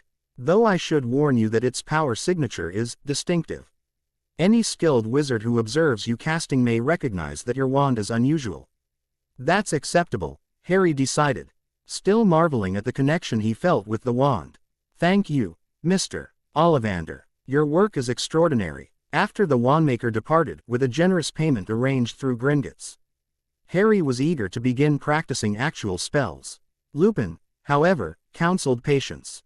A wand is a powerful tool, not a toy, he cautioned. Before you cast your first spell, You need to understand the theory behind it and develop proper technique. Otherwise, you risk developing bad habits that will limit your magical growth. Though disappointed, Harry recognized the wisdom in this approach. They spent the remainder of the day on wand movements and pronunciation, with Lupin demonstrating basic charms while explaining the theory. Tomorrow we can begin with actual spellcasting, Lupin promised. Starting with Lumos, the light charm, and working our way through first-year spells. But tonight, there's something else we should discuss. They sat in the library after dinner, a fire crackling in the hearth despite the summer evening being mild. Lupin seemed uncharacteristically hesitant. Harry, there's something about your parents' deaths that I'm not sure you're aware of. He paused, weighing his words. It concerns why Voldemort targeted your family specifically. Harry set down the book he'd been browsing. My mother mentioned something about a prophecy in her letter. Lupin's eyebrows rose. She told you about the prophecy? Not exactly. She just said there were forces at work and that Dumbledore believed he alone knew what was best. What prophecy? Sighing, Lupin rubbed his temples. I don't know the exact wording. Very few do. What I do know is that a prophecy was made shortly before you were born that somehow connected you to Voldemort. Dumbledore heard it and warned your parents that they were in danger. That's why they went into hiding under the Fidelius charm. Harry absorbed this information, connecting it to fragments he'd already gathered. So Voldemort came after me specifically. Not just my parents. It appears so, Lupin confirmed. James and Lily would have been targets anyway as prominent opponents of Voldemort, but the prophecy made you the primary target. And I survived when he tried to kill me, Harry said thoughtfully. That's why they call me the boy who lived, isn't it? Why some people stared at me at Gringotts. Yes, you're famous in our world. Harry, the only person ever known to survive the killing curse. When Voldemort attacked you, something happened that rebounded the curse back onto him, apparently destroying him. Apparently, Lupin looked uncomfortable. There are those who believe he isn't truly gone, just dramatically weakened and formless. Dumbledore is among them. Harry thought about this. If he's right, Voldemort might come back someday. And if the prophecy is still in effect, he might target you again, Lupin finished grimly. Which is why your education is so vital, particularly in defensive magic. You need to be prepared, not just for political challenges but for more direct threats. Then we'd better get started, Harry said with determination that belied his age. And we need to get Sirius out of Azkaban. If he's innocent, he shouldn't be there, and it sounds like I could use another ally. Lupin smiled, though his eyes remained sad. You have your mother's compassion and your father's determination. It's a powerful combination. Before going to bed that night, Harry wrote responses to the letters he'd received. To Grimmauld, he confirmed his interest in the SUG. Stead tutors and requested that the Goblin begin legal proceedings regarding Sirius's case. To Professor McGonagall, he extended an invitation to visit the following week, with the condition that she take a magical oath not to reveal his location without permission. To the Ministry, he sent a formal acknowledgement of their letter with a request for the complete case file on Sirius Black, citing his status as Heir Black. As he sealed the letters, Harry reflected on how quickly he was adapting to his new reality. Just 3 days ago, he'd been ignorant of magic, his heritage, and the truth about his parents. Now he was planning political maneuvers, learning magic, and preparing to challenge what appeared to be a serious miscarriage of justice. Most 9-year-olds would be overwhelmed, but Harry felt strangely at home in this complex new world. Perhaps it was the Potter family magic flowing through him, or the Black determination, or the Peverell connection to deeper mysteries. Whatever the reason, he felt more like himself than he ever had at Privet Drive. With Lupin's guidance and the resources of 3 ancient houses at his disposal, Harry was ready to begin truly claiming his place in the wizarding world. Not just as the boy who lived, a symbol created by others, but as Harry Potter Black Peverell, a young wizard determined to honor his parents' legacy while forging his own path. The next morning brought Harry's first practical magic lesson. In the Manor's East Wing, a room that had once been a small ballroom had been converted into a training space, with practice dummies, targets on the walls, and cushioned flooring. This is where your grandfather taught your father, Lupin explained, setting up a simple wooden stand with a candle on it. Now, the Lumos charm is a good starting point, simple, useful. and difficult to cause accidents with. He demonstrated the proper wand movement, a small spiral followed by a flick, and the pronunciation. The key is to visualize light forming at the tip of your wand. Magic responds to clear intent. Harry gripped his wand, feeling the now familiar warmth spreading through his fingers. He performed the movement as Lupin had shown him and spoke clearly, "Lumos." The tip of his wand didn't just light up, it blazed like a miniature sun, flooding the room with brilliant white light. Both Harry and Lupin threw up their arms to shield their eyes. "Nox!" Lupin called out, and the light extinguished instantly. He blinked rapidly, trying to clear the spots from his vision. "Well, that was unexpected. Try again, but with less enthusiasm." Harry tried again, this time focusing on creating just a small glow. "Lumos," he said softly. A more reasonable light appeared, though still brighter than Lupin's demonstration had been. Harry grinned triumphantly. "Excellent control adjustment," Lupin praised. "Though the power output is still remarkable for a first attempt. Let's try something else. Wingardium Leviosa, the levitation charm." By lunchtime, Harry had successfully mastered 4 basic charms, each with unusual power that required careful control. Lupin observed with growing amazement and what might have been concern. "Harry, your magical potential is extraordinary," he said as they took a break. "Most children your age, even with early training, would struggle with consistent results for weeks. You're achieving control in minutes." Harry shrugged. "It just feels natural. Like the magic wants to work for me." "That's part of it," Lupin agreed. "But there's more. The 3 family magics you've claimed seem to be enhancing each other rather than competing. It's unprecedented, as far as I know." After lunch, they shifted to studying the Potter Grimoire, focusing on family-specific magic. Unlike standard spells taught at Hogwarts, family magic was often tailored to a bloodline's specific talents and needs. The Potters traditionally excelled at transfiguration and protective magic, Lupin explained. "Your grandfather developed several shield charms that were adapted for Auror use during the war against Grindelwald. They were deeply engrossed in deciphering a complex runic sequence when Mimsy appeared with another letter from Gringotts. Harry opened it immediately. Heir Potter Black Peverell, the Ministry has responded to our initial inquiry regarding Sirius Black with unexpected resistance. They claim the case files are sealed by order of the Minister himself. This suggests high-level interference beyond standard bureaucracy. However, we have made progress through alternative channels." Enclose. Ed is a copy of the original arrest report, obtained through means best not detailed. Note the glaring absence of standard investigative procedures and witness interviews. More concerning is what we discovered regarding the secret keeper arrangement. Gringotts records show a significant withdrawal from the Potter Vault on October 20, 1981, 10 days before your parents' deaths, authorized by James Potter in the presence of Peter Pettigrew. The purpose listed was protection arrangements. This timing aligns with known patterns of secret keeper ritual preparation. I have contacted Andromeda Tonks regarding tutoring, as requested. As a former member of House Black and a qualified legal practitioner, she expressed particular interest in your situation and the case of her cousin Sirius. She will contact you directly to arrange a meeting. The team examining the Black family properties reports that the ancestral home at 12 Grimmauld Place remains heavily warded but accessible to you as heir. However, they advise delaying a visit until certain dark artifacts can be properly contained. May your enemies fall before discovering your strength, Grimmauld. Harry passed the letter to Lupin, whose face grew increasingly grave as he read. Pettigrew, he murmured, eyes wide with shock. It was Peter. It had to be. Peter Pettigrew was with my father making protection arrangements, right before they died, Harry said. Following the same line of thought. What if they switched secret keepers? Made everyone think it was Sirius when it was really Pettigrew. It would explain everything, Lupin said, voice tight with emerging anger. Sirius would have known the truth after your parents died. He would have gone after Peter. And Pettigrew somehow framed him for the explosion that killed the Muggles, Harry finished.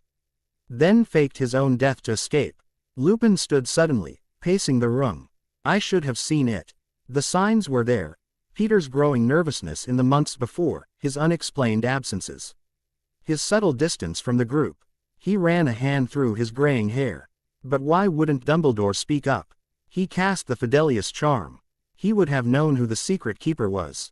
Unless the switch happened after the initial casting, Harry suggested, thinking aloud. Maybe they changed secret keepers without telling anyone else. My parents might have thought someone close to them was the spy. So they kept the switch secret. That would be consistent with the climate of suspicion at the time, Lupin acknowledged. We all knew there was a traitor in the Order, but no one knew who. His expression darkened. Including me. I was away on a mission with the werewolf packs when it happened. James and Sirius, they might have suspected me. The pain in his voice was unmistakable. Harry moved to his side. But now we know the truth. And we can use it to help Sirius. Lupin nodded, composing himself. You're right. This withdrawal record is significant evidence.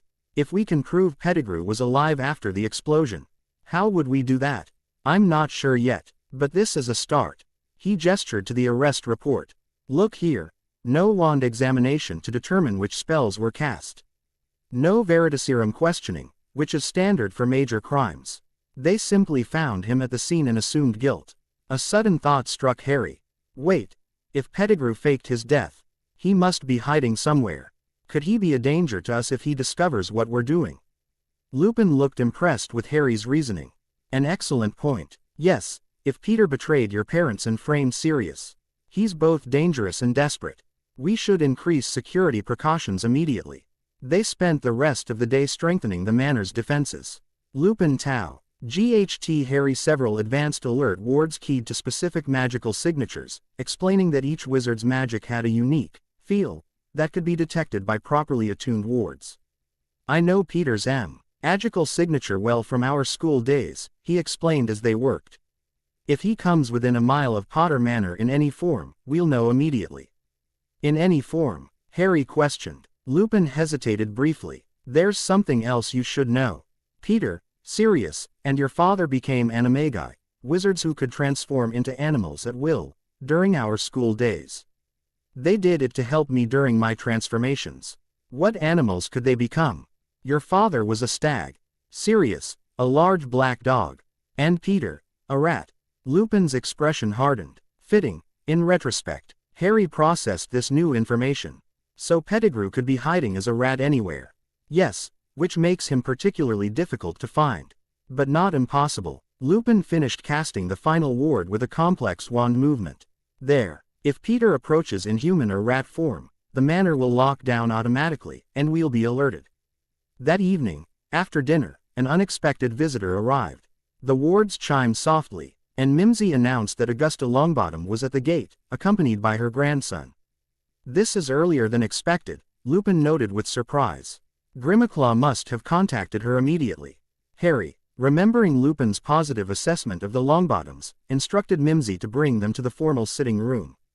We should greet them properly, he told Lupin. What do I need to know about Lady Longbottom?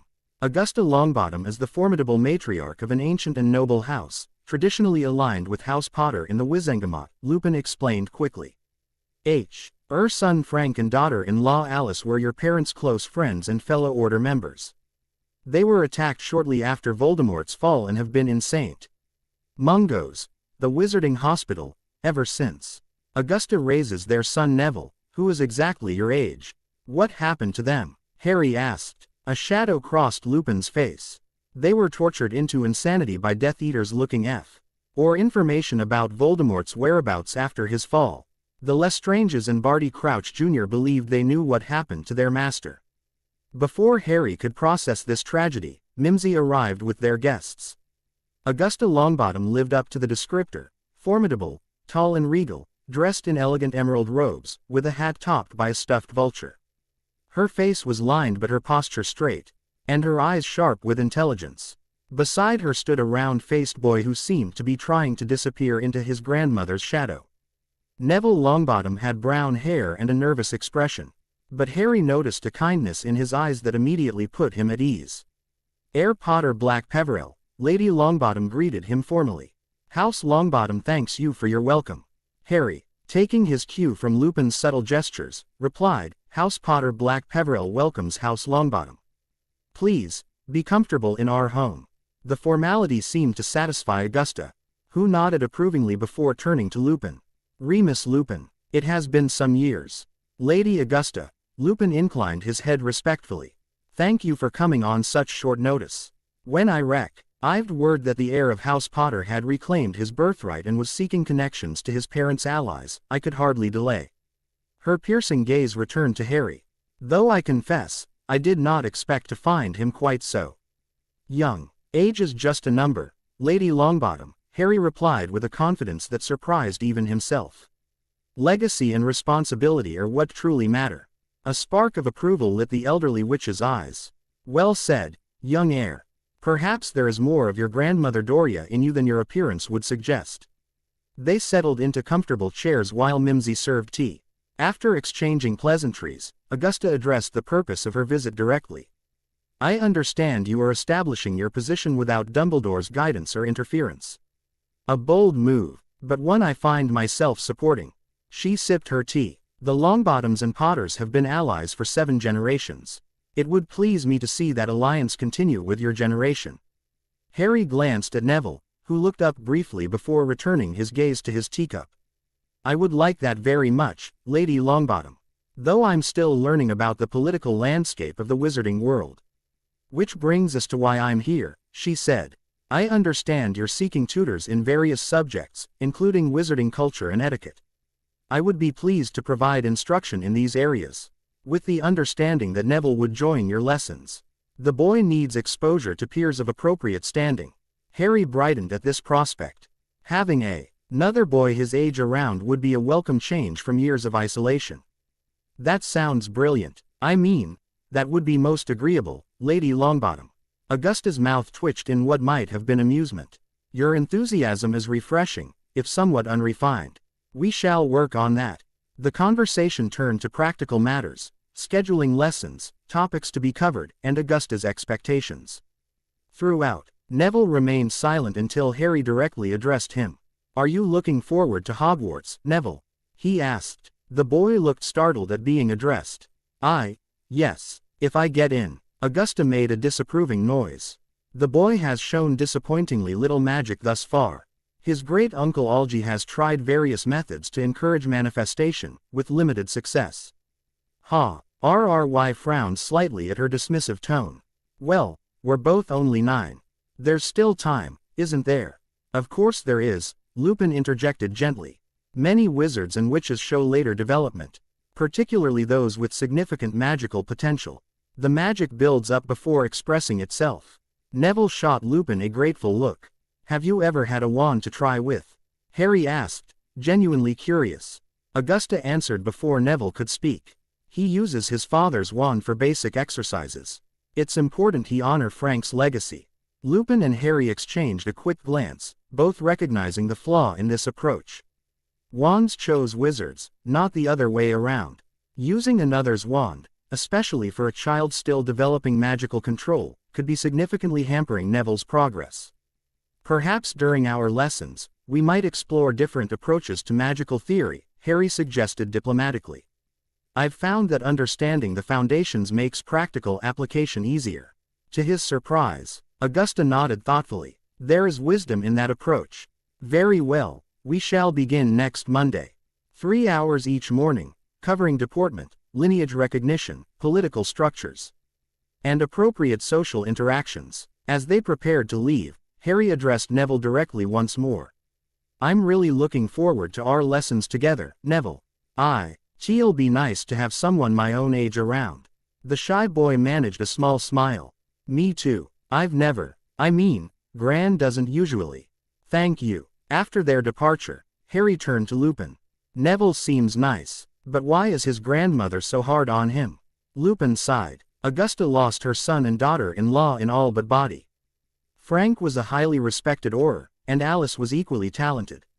I suspect Augusta's expectations for Neville are colored by her grief and desire to see Frank's legacy continued. And using his father's wand. Is that helping him? Almost certainly not, Lupin admitted. The wand chooses the wizard. As Ollivander would say, using an unmatched wand can severely restrict magical development. But Augusta is traditional in her views. Harry thought about this as they prepared for bed. Maybe we can help Neville somehow during our lessons.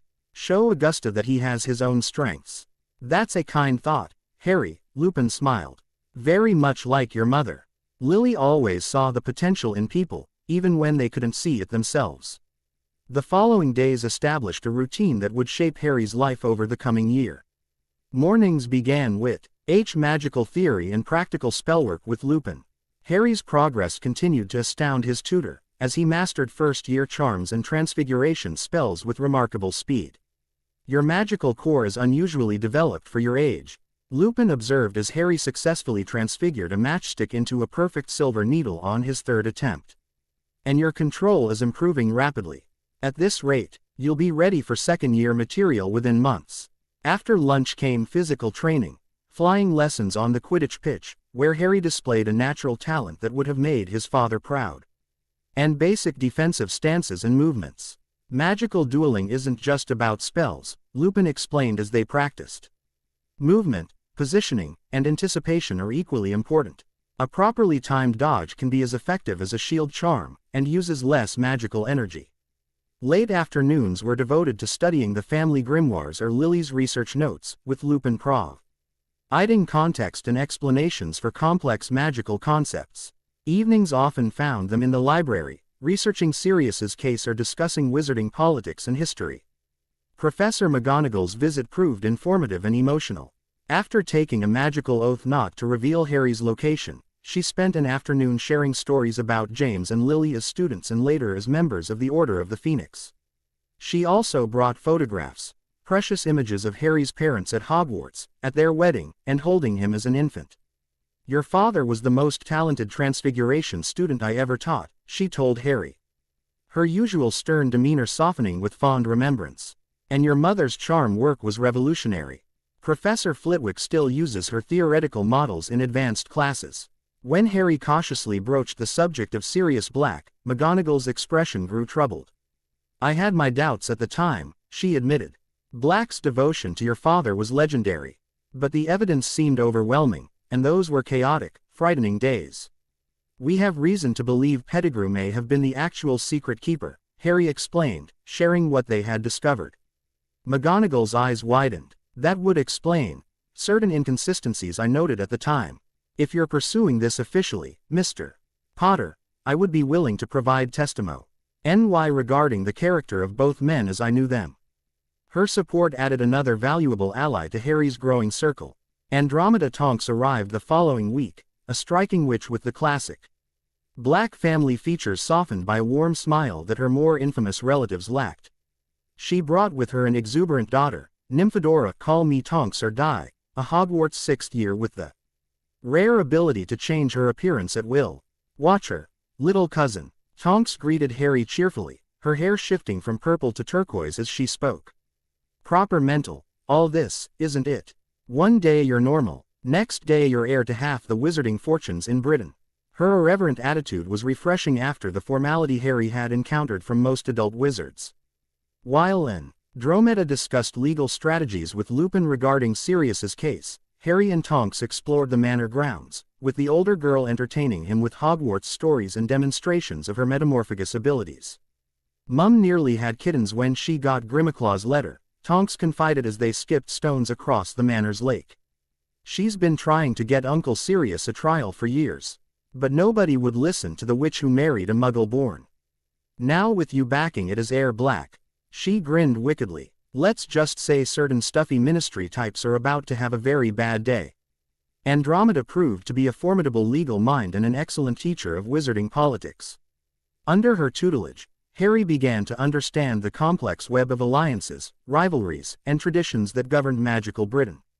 She was particularly helpful in explaining the unique position his triple inheritance placed him in. The Potter family has traditionally aligned with progress. I've values while maintaining respect for magical traditions, she explained. The Blacks, conversely, are known for conservatism and blood purism, though outliers like Sirius and myself exist. The Peverell legacy is more mysterious but carries tremendous historical weight. You have the unprecedented opportunity to bridge multiple political factions. His education expanded to include regular lessons with Augusta Longbottom, whose strict methods were balanced by her encyclopedic knowledge of wizarding customs and family histories. As Harry had hoped, Neville joined these sessions, and a friendship began to form between the two boys. Harry quickly noticed that Neville's magical confidence was indeed hampered by using his father's wand and by his grandmother's intimidating presence. During one lesson, when Augusta briefly left the room, Harry encouraged Neville to try a simple Lumos spell with Harry's wand instead. The difference was immediate and dramatic. Where Neville had struggled to produce even a flicker with his father's wand, Harry's wand lit up brightly in his hand, not with the blazing intensity it showed for Harry, but with respectable power. "See," Harry said excitedly, "it's not you, Neville. It's the wand. You need your own." The look of wonder and dawning hope on Neville's face was worth any potential scolding from Augusta. When she returned, Harry carefully presented their discovery, emphasizing the magical theory Lupin had taught him about wand compatibility. "With respect, Lady Longbottom," he said formally, "Neville shows clear magical potential when using a wand that better matches his core. While honoring his father's legacy is important, wouldn't continuing that legacy through magical achievement be even more meaningful?" Augusta's initial displeasure gave way to thoughtful consideration as she witnessed Neville successfully casting basic charms with Harry's wand. "Perhaps an assessment at Ollivanders would be appropriate," she finally conceded. The victory was small but significant. More importantly, it cemented Neville's friendship and loyalty as he recognized that Harry saw value in him when others didn't. Throughout these weeks of intensive learning, Harry continued pursuing Sirius's case with single-minded determination. Andromeda filed formal requests for a case review with the Department of Magical Law Enforcement, while Lupin used his connections to gather witness statements from the night of the explosion. Their breakthrough came from an unexpected source. While reviewing ministry records Andromeda had obtained through legal channels, they discovered a critical inconsistency. The official report listed 12 Muggles killed, but witness statements mentioned 13 bodies recovered. The 13th was supposedly Pettigrew, identified only by a finger found at the scene. "A finger?" Harry questioned, frowning at the report. "Just one finger, not other body parts. That's all that was found," Andromeda confirmed. His official explanation was that the explosion disintegrated the rest of his body, but not the other victims. Lupin looked increasingly disturbed. "And not his clothes. It makes no sense. Unless he cut off his own finger before transforming into a rat and escaping through the sewer," Harry suggested, the pieces falling into place. "That would explain everything." Andromeda and Lupin stared at him, then at each other. Out of the mouths of babes, Andromeda murmured, "It's the simplest explanation that fits all the facts. And it means Peter is still alive," Lupin said grimly, "hiding somewhere in his animagus form." This theory became the centerpiece of their legal strategy, combining the evidence of the Gringotts withdrawal suggesting Pettigrew was the secret keeper, the inconsistencies in the explosion investigation, and the intact Godfather vow. They built a compelling case for at least granting Sirius a proper trial. By mid-September, their efforts bore fruit.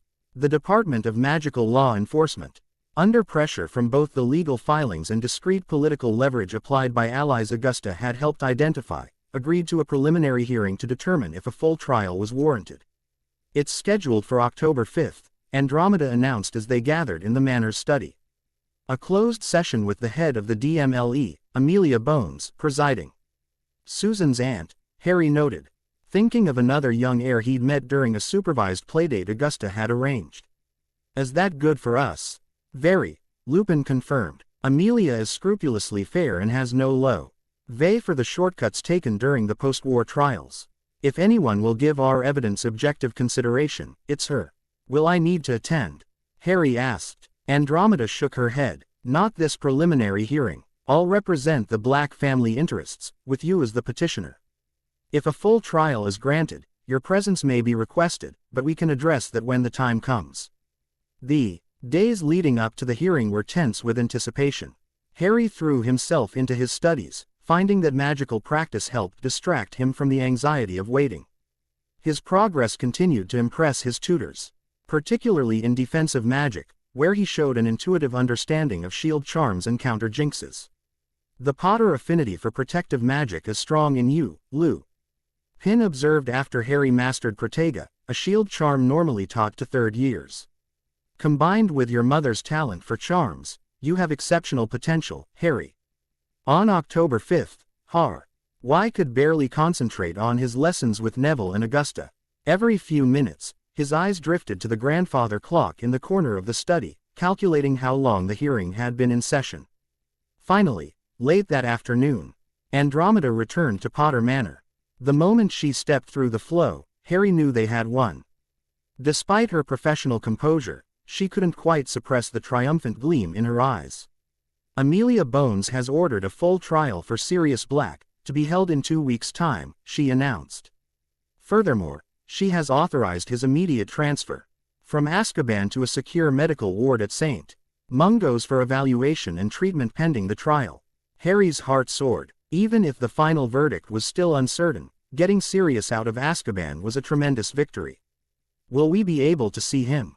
Andromeda's expression softened. Not immediately. After 8 years with the Dementors, he'll need time to recover physically and mentally. But I've been named his legal counsel, which gives me visitation rights. I'll keep you informed of his condition. Did Dumbledore attend the hearing? Lupin asked, his tone carefully neutral. He did, as Chief Warlock. Andromeda confirmed. His position was interesting. He didn't oppose our petition but suggested caution and thorough examination of all facts. Politically neutral while covering all possibilities. Typical, Lupin murmured. What happens now? Harry asked. Now, we prepare for the full trial, Andromeda explained. We'll need to present our complete case, the secret keeper switch, the missing investigation elements, the Godfather vow, and the theory about Pettigrew's survival. Amelia has already authorized an examination of Sirius's wand, which was held in Ministry evidence, to determine the last spells he cast. Could we win even without finding Pettigrew? Harry asked. Possibly, Andromeda said cautiously. Our case for reasonable doubt is strong. But ITIVE proof of Pettigrew's survival would guarantee victory. Harry turned to Lupin. How would a rat animagus stay hidden for 8 years? Lupin considered this. He'd need to be somewhere safe, with food and shelter, where a rat wouldn't draw attention. Ideally with access to wizarding news so he'd know if it was ever safe to emerge. His eyes narrowed in thought. A wizarding household with low TS of activity to mask his magical signature. A family with children, Harry suggested, following the logic. Children who might keep a pet rat. Precisely, Lupin agreed. But there are thousands of wizarding families in Britain. Finding one specific rat would be nearly impossible without more information. Unless, Andromeda said slowly, we could identify some distinguishing feature. Agus transformations sometimes retain markers from the human form. Peter's animagus form had one unusual feature, Lupin recalled, eyes distant with memory. A toe missing on one front paw, corresponding to the finger he must have cut off. Quote, a rat missing a toe, Harry repeated. That's something specific we could search for. They began formulating a plan to discreetly inquire among wizarding families about pet rats with missing toes. Andromeda suggested starting with Hogwarts students, as many brought pets to school, and the confined environment would make searching more manageable. As they discussed strategies, Harry felt a growing sense of purpose and hope. The path to justice for Sirius, and by extension, for his parents, was becoming clearer.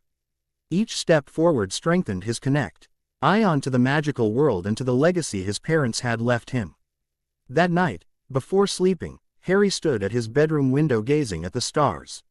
Somewhere out there, his godfather was being moved from the nightmare of Azkaban to the relative sanctuary of St. Mungo's. Soon, Harry might have another link to his parents, another piece of the family he'd been denied for so long. The 3 rings on his hand, invisible but ever present, felt warm against his skin, as if the family magics approved of his efforts.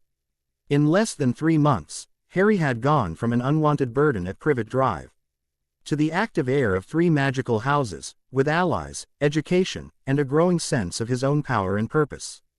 He thought of his parents' letters, now read so many times he had memorized them. Live boldly, stand for what's right, his father had urged. Harry intended to do exactly that. With renewed determination, he turned back to his desk where the family grimoires lay open. There was still so much to learn, so much to prepare for. The trial was only the beginning. Beyond that lay Hogwarts, political responsibilities, and whatever threat the prophecy might still hold. But for the first time in his life, Harry didn't face these challenges alone. He had Lupin's guidance, Andromeda's legal brilliance, Augusta's political acumen, Neville's friendship, and soon, hopefully, Sirius's support as well. The boy who lived was becoming the heir who learned, claiming not just his inheritance of gold and titles, but the more valuable legacy of knowledge, connections, and purpose that his parents had always intended for him. Chapter 2 End. Chapter 3. Shadows of the Past. The day of Sirius Black's trial arrived with a crackling tension that seemed to permeate the very air of Potter Manor. Huff Harry wouldn't be attending the closed proceedings at the ministry. He found it impossible to concentrate on his lessons. Even Augusta Longbottom, normally strict about maintaining focus during their etiquette training, recognized his distraction and dismissed him early. A young heir must learn to manage personal concerns while fulfilling obligations, she had noted, not unkindly. But today is exceptional. We shall resume tomorrow when matters are settled. Now Harry paced the Manor's East drawing room, where a secure flow connection had been established to receive news from Andromeda directly after the verdict. Remus sat nearby, outwardly calm but betrayed by the occasional nervous adjustment of his worn cuffs. What time did Andromeda say the trial would end? Harry asked for the third time that hour. Wizengamot proceedings are unpredictable, Remus reminded him gently. Especially for cases of this significance. It could be an hour, or it could stretch well into the evening. Harry nodded, trying to quell his impatience. At the very least, he could be productive while they waited. He retrieved the Black family grimoire from his study and settled into an armchair across from Remus. The ancient tome had proven challenging to access, initially refusing to open for him despite his status as heir. Only after Andromeda had guided him through a complex blood ritual acnol, edging both his claim and his unorthodox lineage, had the book yielded its secrets. Unlike the Potter grimoire with its straightforward approach to protective magic and transfiguration, the Black family knowledge was layered with complexity and moral ambiguity. Some spells required emotional states Harry found disturbing, while others operated in magical domains beyond his current comprehension. I still don't understand this section on soul magic, Harry said, frowning at an elaborate diagram showing ethereal connections between various points. It seems important to the Black family legacy, but the explanations assume knowledge I don't have. Remus glanced up from his own book, expression cautious. Soul magic is among the most ancient and dangerous magical disciplines. The Black family was known for preserving knowledge others considered too perilous or controversial. But it's not all dark, is it? The grimoire mentions protective applications, bonds of guardianship and family preservation. Magic itself isn't inherently dark or light, Remus explained, setting aside his book to give Harry his full attention. Intent and consequence determine such classifications. The Blacks traditionally explored magic's boundaries without much concern for ethical restraints, but that doesn't mean all their knowledge is corrupt. Harry considered this, running his fingers along the intricate illustrations. Like the Godfather ritual Sirius performed with me as a baby. That's a form of soul magic, isn't it? Creating a magical bond that prevented him from betraying my parents. Precisely, Remus nodded, impressed by Harry's insight, a benevolent application of principles that could, in different contexts, be used harmfully. This is why magical education emphasizes ethics alongside technique. Power without moral framework is dangerous. Their philosophical discussion was interrupted by the sudden flaring of the fireplace, flames shifting from orange to emerald green. Both Harry and Remus leapt to their feet as Andromeda Tonks's head appeared in the flames. It's done, she announced without preamble, her aristocratic features alight with triumph. Sirius has been declared innocent of all charges. Peter Pettigrew has been posthumously charged with 13 counts of murder, treason against House Potter, and conspiracy with the Dark Lord. Harry felt his knees weaken with relief. Remus steadied him with a hand on his shoulder, his own face transformed by emotions too complex to name. When can we see him? Harry asked eagerly. That's why I'm calling directly instead of coming through, Andromeda replied. Sirius is asking for you both, now. He's still at St. Mungo's and will require ongoing treatment, but the healers have cleared him for short visits from immediate family. Her expression softened, which includes his godson and oldest friend. Harry looked to Remus, who seemed suddenly hesitant. Moony, he questioned, using the nickname he'd learned from his father's letters. It's been 8 years, Remus said quietly. I believed him guilty. I never tried to visit him, never questioned the official story enough to discover the truth. He knows that, Remus, Andromeda said gently. He's asking for you anyway. Whatever reconciliation is needed, it can only begin face to face. After a moment's more hesitation, Remus nodded. We'll come through. Is the connection secure for travel? Yes, I've arranged a private flow directly to Sirius's room in the Janus Thicky ward. The password is, Padfoot returns. Once Andromeda's head disappeared from the flames, Harry rushed to change into proper wizarding robes. Augusta's lessons on appropriate attire for different occasions had impressed upon him the importance of presenting himself properly as an heir, especially for significant public appearances. Returning to the drawing room, he found Remus also changed, though his robes remained somewhat shabby despite obvious efforts to repair them. Harry had offered many times to provide his tutor with new clothing, but Remus's pride had proven difficult to overcome. Ready? Remus asked, his voice tight with nervous anticipation. Harry nodded, suddenly feeling his own flutter of anxiety. He had fought so hard for this moment, to meet the godfather his parents had chosen for him, to free an innocent man, yet now he found himself wondering what Sirius would think of him. Would he measure up to James Potter's son in his godfather's eyes? Pushing these thoughts aside, Harry stepped toward the fireplace. Remus tossed in a handful of flow powder, turning the flames emerald green once more. After you, Harry, he said. Speak clearly now. Harry stepped into the cool flames. Janus Thicky ward, Street.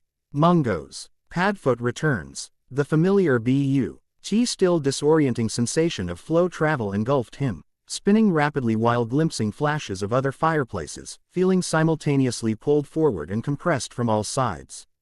Then, abruptly, he stumbled out into a private hospital room. The space was bright and airy, with tall windows charmed to show a peaceful countryside vista despite street.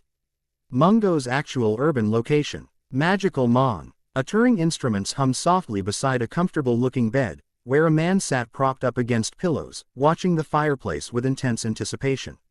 Sirius Black bore the unmistakable hallmarks of Azkaban.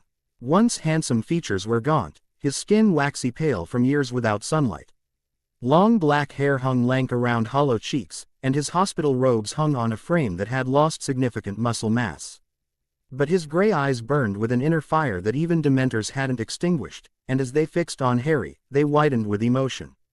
Harry, he breathed, voice raspy from disuse. Merlin's beard. You look so much like James.